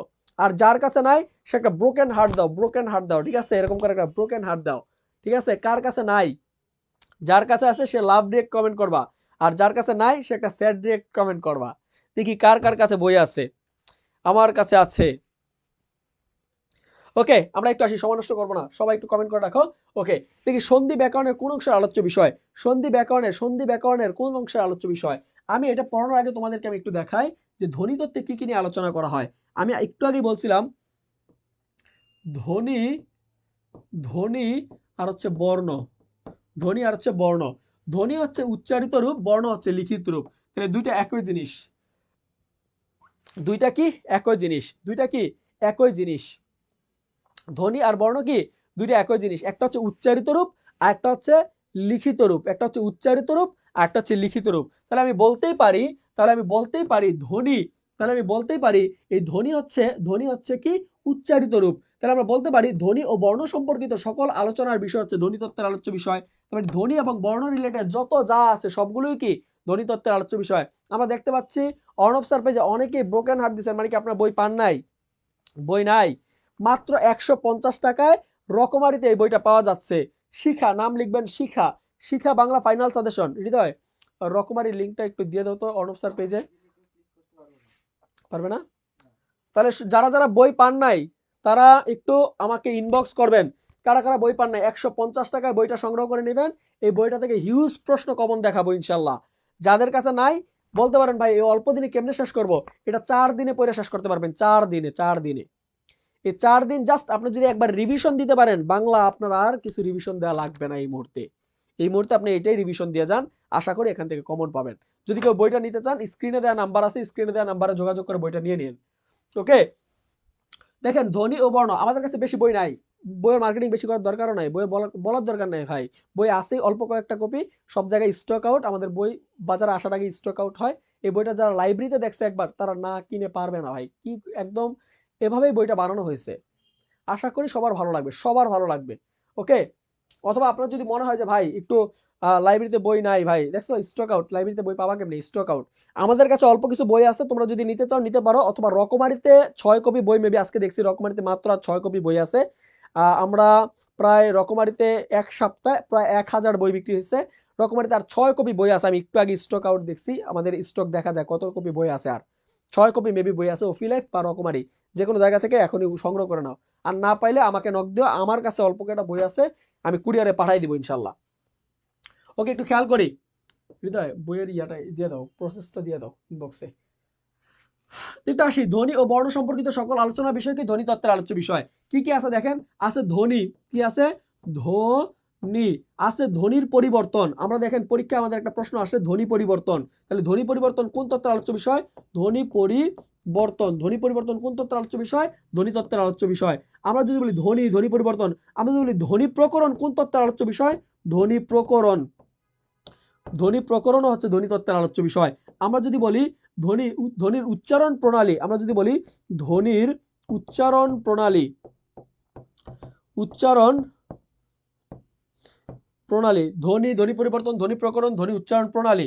ঠিক আছে, একটু খেয়াল করেন। এরপর দেখেন বাকযন্ত্র, একটু খেয়াল করেন। ধ্বনি পরিবর্তন, ধ্বনি পরিবর্তন, ধ্বনি প্রকরণ, ধ্বনি উচ্চারণ প্রণালী। এগুলো হচ্ছে এই যে উচ্চারণের নিয়ম আমরা পড়ি না, উচ্চারণের নিয়ম, এই উচ্চারণের নিয়মই কিন্তু হচ্ছে ধ্বনি উচ্চারণ প্রণালী। তাহলে দেখেন ধ্বনি পরিবর্তন, ধ্বনি প্রকরণ, ধ্বনি উচ্চারণ প্রণালী এবং ধ্বনি বিন্যাস, এগুলো হচ্ছে ধ্বনি তত্ত্বের আলোচ্য বিষয়। আমরা জানি ধ্বনির লিখিত রূপকে বলা হয় বর্ণ। তাহলে বর্ণ কোন তত্ত্বের আলোচ্য বিষয়? অবশ্যই বর্ণ হচ্ছে ধ্বনি তত্ত্বের আলোচ্য বিষয়। এরপর আমরা লিখতে পারি বর্ণ, আমরা লিখতে পারি বর্ণমালা, বর্ণমালা। তাহলে বর্ণমালা কয়টি? বর্ণমালা হচ্ছে একটি, বর্ণমালা একটি। তাহলে বর্ণমালা কোন তত্ত্বের আলোচ্য বিষয়? ধ্বনি তত্ত্বের আলোচ্য বিষয়। বর্ণ কোন তত্ত্বের আলোচ্য বিষয়? ধ্বনিতত্ত্বের আলোচ্য বিষয়। বর্ণমালা কোন তত্ত্বের আলোচ্য বিষয়? ধ্বনিতত্ত্বের আলোচ্য বিষয়। এরপর যদি আসে ধ্বনি বর্ণ, ধ্বনি বর্ণ বর্ণমালা, তারপরে যদি আসে বর্ণ প্রকরণ, যদি পরীক্ষা আসে বর্ণ প্রকরণ, বর্ণ প্রকরণ কোন তত্ত্বের আলোচ্য বিষয়? ধ্বনিতত্ত্বের আলোচ্য বিষয়। বর্ণ বর্ণ প্রকরণ, বর্ণমালা বর্ণ বর্ণমালা বর্ণ প্রকরণ, বর্ণ বিন্যাস, বর্ণ বিন্যাস, বর্ণ বর্ণ বিন্যাস। তারপর যদি আসে যুক্ত বর্ণ, তাহলে যুক্ত বর্ণ কোন তত্ত্বের আলোচ্য বিষয়? যুক্ত বর্ণ, যুক্ত বর্ণ ধ্বনিতত্ত্বের আলোচ্য বিষয়। যুক্ত বর্ণ। তারপরে দেখেন অক্ষর, যদি পরীক্ষা আসে অক্ষর কোন তত্ত্বের আলোচ্য বিষয়? অক্ষর ধ্বনিতত্ত্বের আলোচ্য বিষয়। তাহলে বর্ণ বর্ণমালা বর্ণ প্রকরণ বর্ণ বিন্যাস যুক্ত বর্ণ অক্ষর। এরপর যদি আসে লিপি, লিপি কোন তত্ত্বের আলোচ্য বিষয়? লিপি, লিপিও এই ধ্বনিতত্ত্বের আলোচ্য বিষয়। তাহলে আমি কি কি বলছি? বর্ণ রিলেটেড যা আছে সব ধ্বনিতত্ত্বের আলোচ্য বিষয়, ধ্বনি রিলেটেড যা আছে সবই ধ্বনিতত্ত্বের আলোচ্য বিষয়। তাহলে ধ্বনি ও বর্ণ সম্পর্কিত সকল আলোচনার বিষয় কোন তত্ত্বের আলোচ্য বিষয়? ধ্বনিতত্ত্বের আলোচ্য বিষয়। ধ্বনি ও বর্ণ সম্পর্কিত সকল আলোচনার বিষয় কোন তত্ত্বের আলোচ্য বিষয়? ধ্বনিতত্ত্বের আলোচ্য বিষয়। এখন আসি, পরস্পর দুটি ধ্বনির মিলনে কি হয়? ধ্বনির মিলনে হয় সন্ধি। ধ্বনির মিলনে কি হয়? সন্ধি। তাহলে সন্ধি ব্যাকরণে কোন তত্ত্বের আলোচ্য বিষয়?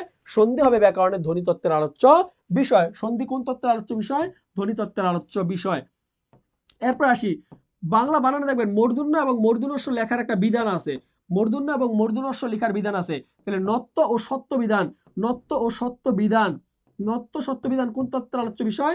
নত্য সত্য বিধান হচ্ছে ধ্বনিতত্ত্বের আলোচ্য বিষয়। এরপর দেখেন আমাদের আসে বাকযন্ত্র, এই যে আমরা বাকযন্ত্র দিয়ে এত চিল্লা ফাল্লা করতেছি, তাহলে এই বাকযন্ত্র কোন তত্ত্বের আলোচ্য বিষয়? বাকযন্ত্র ধ্বনিতত্ত্বের আলোচ্য বিষয়। তাহলে বাকযন্ত্রের মাধ্যমে আমাদের ধ্বনি তৈরি হয়। তাহলে সন্ধি নত্যবিধান সত্যবিধান বাকযন্ত্র, আরেকটা হচ্ছে বানান। এতক্ষণ যে লিখলাম এই বানান কোন তত্ত্বের আলোচ্য বিষয়? বানানও হচ্ছে আমাদের ধ্বনিতত্ত্বের আলোচ্য বিষয়। বানান কোন তত্ত্বের আলোচ্য বিষয়? ধ্বনিতত্ত্বের আলোচ্য বিষয়। তাহলে দেখেন ধ্বনি এবং বর্ণ রিলেটেড যা যা আছে সবগুলোই হচ্ছে ধ্বনিতত্ত্বের আলোচ্য বিষয়। ধ্বনি এবং বর্ণ সম্পর্কিত যা যা আছে সকলেই কোন তত্ত্বের আলোচ্য বিষয়? ধ্বনিতত্ত্বের আলোচ্য বিষয়। এরপর বললাম সন্ধি নত্যবিধান সত্যবিধান বাকযন্ত্র বানান, সন্ধি নত্যবিধান সত্যবিধান বাকযন্ত্র বানান। তাহলে এইগুলো হচ্ছে আমাদের ধ্বনিতত্ত্বের আলোচ্য বিষয়। তাহলে দেখেন এখানে মোটামুটি ওভারঅল অনেকগুলো দেখা যাচ্ছে, কিন্তু আমি যদি ভাগ করি তাহলে তিনটা ভাগ হবে: ধ্বনি, বর্ণ, সন্ধি নত্যবিধান সত্যবিধান বাকযন্ত্র বানান। তাহলে সন্ধি নত্যবিধান সত্যবিধান বাকযন্ত্র বানান, সন্ধি নত্যবিধান সত্যবিধান বাকযন্ত্র বানান। তাহলে আপনি জাস্ট এটুকু মাথায় রাখবেন, ধ্বনি, বর্ণ, সন্ধি নত্যবিধান সত্যবিধান বাকযন্ত্র বানান, এগুলো হচ্ছে ধ্বনিতত্ত্বের আলোচ্য বিষয়। তাহলে ধ্বনি সম্পর্কিত আছে ধ্বনি, ধ্বনি প্রকরণ, ধ্বনি পরিবর্তন, ধ্বনি উচ্চারণ প্রণালী। তারপর আছে বর্ণ থেকে আছে বর্ণ, বর্ণমালা, বর্ণ প্রকরণ, বর্ণবিন্যাস, যুক্ত বর্ণ, অক্ষর, লিপি। তারপর আছে সন্ধি নত্যবিধান সত্যবিধান বাকযন্ত্র বানান। এই সবগুলোই হচ্ছে আমাদের ধ্বনিতত্ত্বের আলোচ্য বিষয়। সবগুলো কোন তত্ত্বের আলোচ্য বিষয়? ধ্বনিতত্ত্বের আলোচ্য বিষয়। ওকে, এরপর একটু আসি, বলছে বাংলা ব্যাকরণ প্রথম প্রকাশিত হয় কত খ্রিস্টাব্দে? বাংলা ব্যাকরণ প্রথম প্রকাশিত হয় কত খ্রিস্টাব্দে? আপনারা বলেন, বাংলা ব্যাকরণ প্রথম প্রকাশিত হয় কত খ্রিস্টাব্দে? সবাই একটু কমেন্ট করেন, রাইট অ্যান্সার কি হবে? বাংলা ব্যাকরণ গ্রন্থটি প্রথম প্রকাশিত হয় কত খ্রিস্টাব্দে? বাংলা ব্যাকরণ প্রথম প্রকাশিত হয় কত খ্রিস্টাব্দে? সবাই একটু কমেন্ট করেন।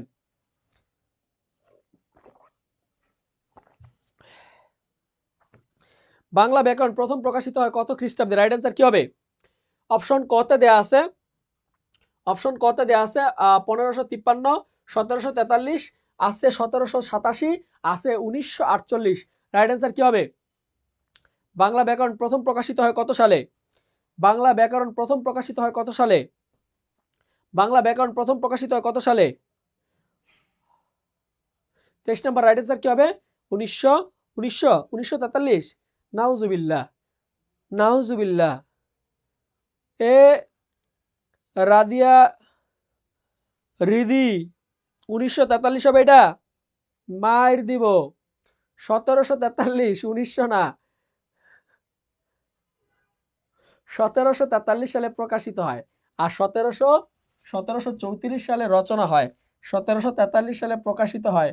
1700 এরকম করো না ভাই, পরীক্ষা কিন্তু এরকম কনফিউজ করার জন্য 1700 জায়গায় 1900 থাকবে, 1943 থাকবে, অপশনে থাকবে, এরকম থাকতে পারে, ভুল করো না। 1900 মাইরা দিও না ভাই, ভুল হবে। ভাষার ক্ষুদ্রতম উপাদানকে কি বলে? ভাষার ক্ষুদ্রতম উপাদানকে কি বলে? ভাষার ক্ষুদ্রতম উপাদানকে কি বলে? ভাষার ক্ষুদ্রতম উপাদানকে কি বলে? ভাষার ক্ষুদ্রতম উপাদানকে কি বলে? বলেন, ভাষার ক্ষুদ্রতম উপাদানকে কি বলে? ভাষার ক্ষুদ্রতম উপাদানকে কি বলে? সবাই একটু কমেন্ট করেন, ভাষার ক্ষুদ্রতম উপাদানকে কি বলে? ভাষার ক্ষুদ্রতম উপাদানকে কি বলে? ভাষার ক্ষুদ্রতম উপাদানকে কি বলে? ভাষার ক্ষুদ্রতম উপাদানকে কি বলে? ভাষার ক্ষুদ্রতম উপাদানকে কি বলে? আপনারা বলতে বলতে আমি একটা ছক আঁকাই।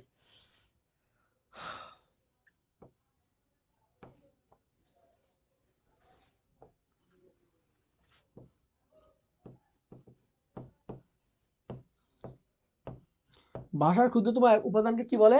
ভাষার ক্ষুদ্রতম উপাদানকে কি বলে? ওকে, এটা মনে রাখার একটা টেকনিক আছে। দেখেন, আমরা জীবনে সর্বপ্রথম কি করছি? আমরা ব্যয় করে একটা চিৎকার দিছি, মানে আমরা ধ্বনি উচ্চারণ করছি, সাউন্ড করছি। এরপর একটু যখন বড় হয়েছে তখন আমরা বর্ণ লেখা শিখছি, অ আ শুরু সরে আ রস্বই দীর্ঘি, এগুলো শিখছি, ঠিক আছে? তাহলে এগুলো আমরা কি শিখলাম? ধ্বনি বা বর্ণ শিখলাম। যখন আরেকটু বড় হয়েছি তখন আমাদের এই বর্ণ থেকে বললো যে শব্দ তৈরি করে, যেমন অ আ, এগুলো শিখছি না, এগুলো তো বর্ণ ছিল। তাহলে বর্ণ থেকে এখন শব্দ তৈরি করো, সরতে অলি, সরেয়াতে আম। তাহলে এগুলো কি? আমরা শব্দ তৈরি করা শিখলাম। কি শিখলাম? শব্দ তৈরি করা শিখলাম। কি শিখলাম? শব্দ তৈরি করা আমরা শিখলাম। শব্দ তৈরি করা আমরা শিখলাম। এই শব্দ তৈরি শেষ। এরপর আমরা দেখেন শিখলাম বাক্য তৈরি করা। শব্দ দিয়ে, কয়েকটা শব্দ দিয়ে আমরা কি শিখলাম? বাক্য তৈরি করা শিখলাম। কি শিখলাম? বাক্য তৈরি করা শিখলাম। যখন বাক্য তৈরি শেষ, এখন আমাদের বলছে ক্লাস 4-5 উঠছি, এখন বলছে তুমি কয়েকটা বাক্য দিয়ে মনের ভাব প্রকাশ করো। আর মনের ভাব প্রকাশের মাধ্যমকে কি বলে? মনের ভাব প্রকাশ করার মাধ্যমকে বলা হয় ভাষা। মনের ভাব প্রকাশ করার মাধ্যমকে কি বলে? ভাষা। মনের ভাব প্রকাশ করার মাধ্যমকে কি বলে? ভাষা বলা হয়। কি বলা হয়? ভাষা বলা হয়। মনের ভাব প্রকাশের মাধ্যমকে কি বলা হয়? ভাষা বলা হয়। মনের ভাব প্রকাশ করার মাধ্যমকে কি বলা হয়? ভাষা বলা হয়। তাহলে একটু খেয়াল করি, এই যে আমি ছকটা দেখলাম, এই ছকটা থেকে একটু খেয়াল করি, পরীক্ষা প্রশ্ন আসে ভাষার মূল উপাদানকে কি বলে? ভাই আসসালামু আলাইকুম ভাই, ভাই ক্লাসটা শেষ করে ফোন দিচ্ছি। ওকে, একটু খেয়াল করে, ভাষার দেখছেন বলছে ভাষার মূল উপাদানকে কি বলে? ভাষার মূল উপাদান, ভাষার মূল উপাদান, পরীক্ষা প্রশ্ন আসে ভাষার মূল উপাদান, ভাষার মূল উপাদানকে কি বলে? পরীক্ষা প্রশ্ন আসে ভাষার মূল উপাদান, ভাষার মূল উপাদান, উপাদান, ভাষার মূল উপাদানকে কি বলা হয়? ভাষার মূল উপাদানকে বলা হয় ধ্বনি বা বর্ণ। ভাষার মূল উপাদানকে কি বলা হয়? ধ্বনি বা বর্ণ। পরীক্ষা যদি প্রশ্ন আসে ভাষার ক্ষুদ্রতম একক কি? তাহলে ক্ষুদ্রতম একক, ক্ষুদ্রতম, ক্ষুদ্রতম একক, ক্ষুদ্রতম এককও হবে, ভাষার ক্ষুদ্রতম একক কি হবে? ভাষার ক্ষুদ্রতম একক হবে ধ্বনি বা বর্ণ। ভাষার ক্ষুদ্রতম একক কি হবে? ভাষার ক্ষুদ্রতম এককও হবে ধ্বনি বা বর্ণ। তাহলে খেয়াল করেন, এই ভাষা, এই ভাষার ক্ষুদ্রতম একক একবারে শিকড়ে কি আছে? ধ্বনি বা বর্ণ। যদি বলা হয় বাক্যের ক্ষুদ্রতম একক কি? তাহলে বাক্যেরও দেখেন ক্ষুদ্রতম একক বা মূল মূল উপাদান হচ্ছে ধ্বনি বা বর্ণ। যদি বলা হয় শব্দের মূল মূল উপাদানকে, তাহলে শব্দেরও মূল উপাদান বা ক্ষুদ্রতম একক হচ্ছে ধ্বনি বা বর্ণ। তাহলে আমরা বলতে পারি ভাষার মূল উপাদান বা ক্ষুদ্রতম একক হচ্ছে ধ্বনি বা বর্ণ। বাক্যের ক্ষুদ্রতম একক বা মূল উপাদান হচ্ছে ধ্বনি বা বর্ণ। শব্দের ক্ষুদ্রতম একক বা মূল উপাদান হচ্ছে ধ্বনি বা বর্ণ, ধ্বনি বা বর্ণ। আর যদি বলা হয় ভাষার মূল উপকরণ কি? ভাষার মূল উপকরণ, মূল উপকরণ, উপকরণ, ভাষার মূল উপকরণ কি? ভাষার মূল উপকরণ হচ্ছে বা বৃহত্তম একক, মূল উপকরণের জায়গায় একটা লিখতে পারেন বৃহত্তম, বৃহত্তম একক। ভাষার মূল ভাষার মূল উপকরণ বা বৃহত্তম একক, ভাষার মূল উপকরণ বা বৃহত্তম একক হচ্ছে বাক্য। বাক্যের মূল উপকরণ বা বৃহত্তম একক হচ্ছে শব্দ। শব্দের মূল উপকরণ বা বৃহত্তম একক হচ্ছে ধ্বনি বা বর্ণ। শব্দের বৃহত্তম একক বা মূল উপকরণ হচ্ছে ধ্বনি বা বর্ণ। পরীক্ষা একটা প্রশ্ন আসতে পারে, স্টার দিয়ে লিখে রাখেন, ভাষার, ভাষার মৌলিক, মূল আর মৌলিক কিন্তু এক না, ভাষার মৌলিক উপাদান, ভাষার মৌলিক উপাদান, ভাষার মৌলিক উপাদান হচ্ছে আবার শব্দ। ভাষার মৌলিক উপাদান কি? শব্দ। ভাষার মৌলিক উপাদান হচ্ছে শব্দ। তাহলে দেখেন মূল উপাদান হচ্ছে ধ্বনি বা বর্ণ, আর মৌলিক উপাদান হচ্ছে শব্দ। মৌলিক উপাদান কি? শব্দ। মৌলিক উপাদান কি? শব্দ। মৌলিক উপাদান কি? শব্দ। তার মানে এখানে রাইট অ্যান্সার হবে ধ্বনি। রাইট অ্যান্সার কি হবে? ধ্বনি। তো সবাই আমাদের সাথে এতক্ষণ যুক্ত ছিলেন। আমরা কি আরো ক্লাস টানবো, আরো পড়াবো, না শেষ করে দিব? সবাইকে একটু বলি, আপনারা যারা গুচ্ছের জন্য গুছিয়ে প্রস্তুতি নিতে চান, ঢাকা ইউনিভার্সিটিতে পরীক্ষা হবে, এখন থেকে যারা রিস্ক নিতে চান না যে গুচ্ছর জন্য ভাই আমি গুছিয়ে পড়বো, আপনাদেরকে আমি বলবো, আমি একজন বড় ভাই হিসেবে আপনাদেরকে আমি বলবো, আপনারা যারা গুচ্ছ একটা কম্বো ব্যাচে ভর্তি হতে চান, বাংলা ইংরেজি সাধারণ জ্ঞান গুচ্ছ একটা কম্বো ব্যাচে ভর্তি হতে চান, যে বাংলা ইংরেজি সাধারণ জ্ঞান দায়িত্ব নিয়ে আপনাকে 3টা সাবজেক্টই পড়াবে, তাহলে আমি আপনাকে প্রতিশ্রুতি দিচ্ছি বাংলার জন্য আমি রাশিদুল ইসলাম তো আছি, তার পাশাপাশি আপনাদের জিকের জন্য অর্ণব আহমেদ ফাহিম স্যার এবং ইংরেজির জন্য আমির স্যার, আমরা 3 জন শিক্ষক আপনাকে দায়িত্ব নিয়ে পড়াবো একদম গুচ্ছর আগ পর্যন্ত। এর আগে বিউপি, জাহাঙ্গীরনগর, চট্টগ্রাম বিশ্ববিদ্যালয়, রাজশাহী বিশ্ববিদ্যালয়, তারপর হচ্ছে খুলনা, সাস্ট, সকল বিশ্ববিদ্যালয়ে আপনাকে গুছিয়ে পড়াবো শেষ পর্যন্ত। গুচ্ছ এবং গুচ্ছ এবং আপনাদেরকে আমি বলছি, আবারও বলছি, গুচ্ছ এবং জাতীয় বিশ্ববিদ্যালয় পর্যন্ত আপনার এই কোর্সটি কভার হবে। বাংলা, ইংরেজি, সাধারণ জ্ঞান যারা গুছিয়ে প্রস্তুতি নিতে চান আপনারা যুক্ত হতে পারেন আমাদের এই কম্বো ব্যাচে। এই ব্যাচের কোর্স ফি মাত্র 999 টাকা, বর্তমানে মাত্র 999 টাকা। এই কোর্স ফি রাখা হয়েছিল 1500 টাকা। আপনাদের বর্তমান সময়ের অবস্থা বিবেচনা করে, ইভেন আপনাদের কথা মাথায় রেখে আমাদের বর্তমান সময় কোর্স ফি হচ্ছে 999 টাকা। যারা ভর্তি হতে চান আমাদের স্ক্রিনে একটা নাম্বার আছে, স্ক্রিনে নাম্বারে যোগাযোগ করে হোয়াটসঅ্যাপে ভর্তি হতে পারেন, অথবা আমাদের পেজে ইনবক্স করতে পারেন যে ভর্তি হতে চাই, আমরা গুচ্ছ ব্যাচে ভর্তি হতে চাই। জাস্ট গুচ্ছ লিখে আপনি যদি কমেন্ট করেন ইনশাল্লাহ আমরা আপনাদেরকে প্রসিডিউর বলে দিব। আমাদের ক্লাসগুলো হবে প্রাইভেট সিক্রেট গ্রুপে এবং আপনি লাইভ এক্সাম দিতে পারবেন আমাদের ওয়েবসাইটে। তো ওয়েবসাইটের মাধ্যমে আপনার ক্লাসগুলো রেকর্ডেড থাকবে এবং লাইভ ক্লাস হবে। আপনার যে কোনো সময় যতবার খুশি ততবার আপনি ক্লাস করতে পারবেন, যতবার খুশি ততবার আপনি এক্সাম দিতে পারবেন। আর আমরা তো আপনাদের সাথে সবসময় আছি। তো আপনারা যদি কেউ ভর্তি হতে চান আমাদের স্ক্রিনে দেওয়া নাম্বারে যোগাযোগ করে ভর্তি হয়ে যান। ইনশাল্লাহ আপনাদের সাথে আবারও আগামীকাল দেখা হচ্ছে বিকাল 3টায়। আমি আগামীকাল বিকাল 3টায়, শুক্রবার স্পেশাল ক্লাস, বিকাল 3টায় আপনাদের সাথে দেখা হচ্ছে আমাদের এই ম্যারাথন ক্লাসের 5ম পর্ব নিয়ে। সে পর্যন্ত সবাই ভালো থাকেন, সুস্থ থাকেন। সবার জন্য রইল আমাদের এই স্পেশাল গুচ্ছের অফার দিয়ে আমরা আজকের মতো শেষ করছি। এই গুচ্ছর অফারটা কিন্তু বিশেষ একটা অফার, বিশেষ একটা অফার। এই বিশেষ অফারটা আমাদের 1500 টাকা কোর্স ফি ছিল, 1500 টাকা থেকে কিন্তু 999 টাকা করা হয়েছে। তো যারা ভর্তি হতে চান আমার শিক্ষার্থীরা, প্রিয় শিক্ষার্থীরা, আপনারা একটু আমাকে কমেন্ট করবেন, আমাকে মেনশন করে জানাবেন, অথবা আমাকে ইনবক্স করতে পারেন, অথবা আমাদের হোয়াটসঅ্যাপ নাম্বার, আমার হোয়াটসঅ্যাপ নাম্বারে আপনারা যোগাযোগ করতে পারেন। আমার হোয়াটসঅ্যাপ নাম্বারটা হচ্ছে 0181443392। এই নাম্বারে আপনি হোয়াটসঅ্যাপে আমাকে নক দিয়ে ইনশাল্লাহ ভর্তি হয়ে যেতে পারেন আমাদের এই কোর্সে। এই কোর্সটি ঢাকা বিশ্ববিদ্যালয়ের পূর্ব পর্যন্ত 999 টাকা কোর্স ফি থাকবে। পরবর্তীতে ঢাকা বিশ্ববিদ্যালয়ের পরীক্ষা শেষে আমরা 14 তারিখ থেকে এই কোর্স ফিটা 1500 টাকা কোর্স ফি নিব। এখন যারা ভর্তি হতে চান অবশ্যই দ্রুত ভর্তি হয়ে যান। আমাদের এই কোর্স ফি চলমান আছে, এই অফারটি চলমান থাকবে আগামী 14 তারিখ পর্যন্ত। সবাই ভালো থাকেন, সবার জন্য অনেক অনেক শুভকামনা জানিয়ে আজকের মতো আমি রাশিদুল ইসলাম এখান থেকে বিদায় নিচ্ছি। যাচ্ছি মানে যাচ্ছি না, আবারও দেখা হবে আপনাদের সাথে। সে পর্যন্ত ভালো থাকেন, সুস্থ থাকেন, সবার জন্য রইল অনেক অনেক শুভকামনা।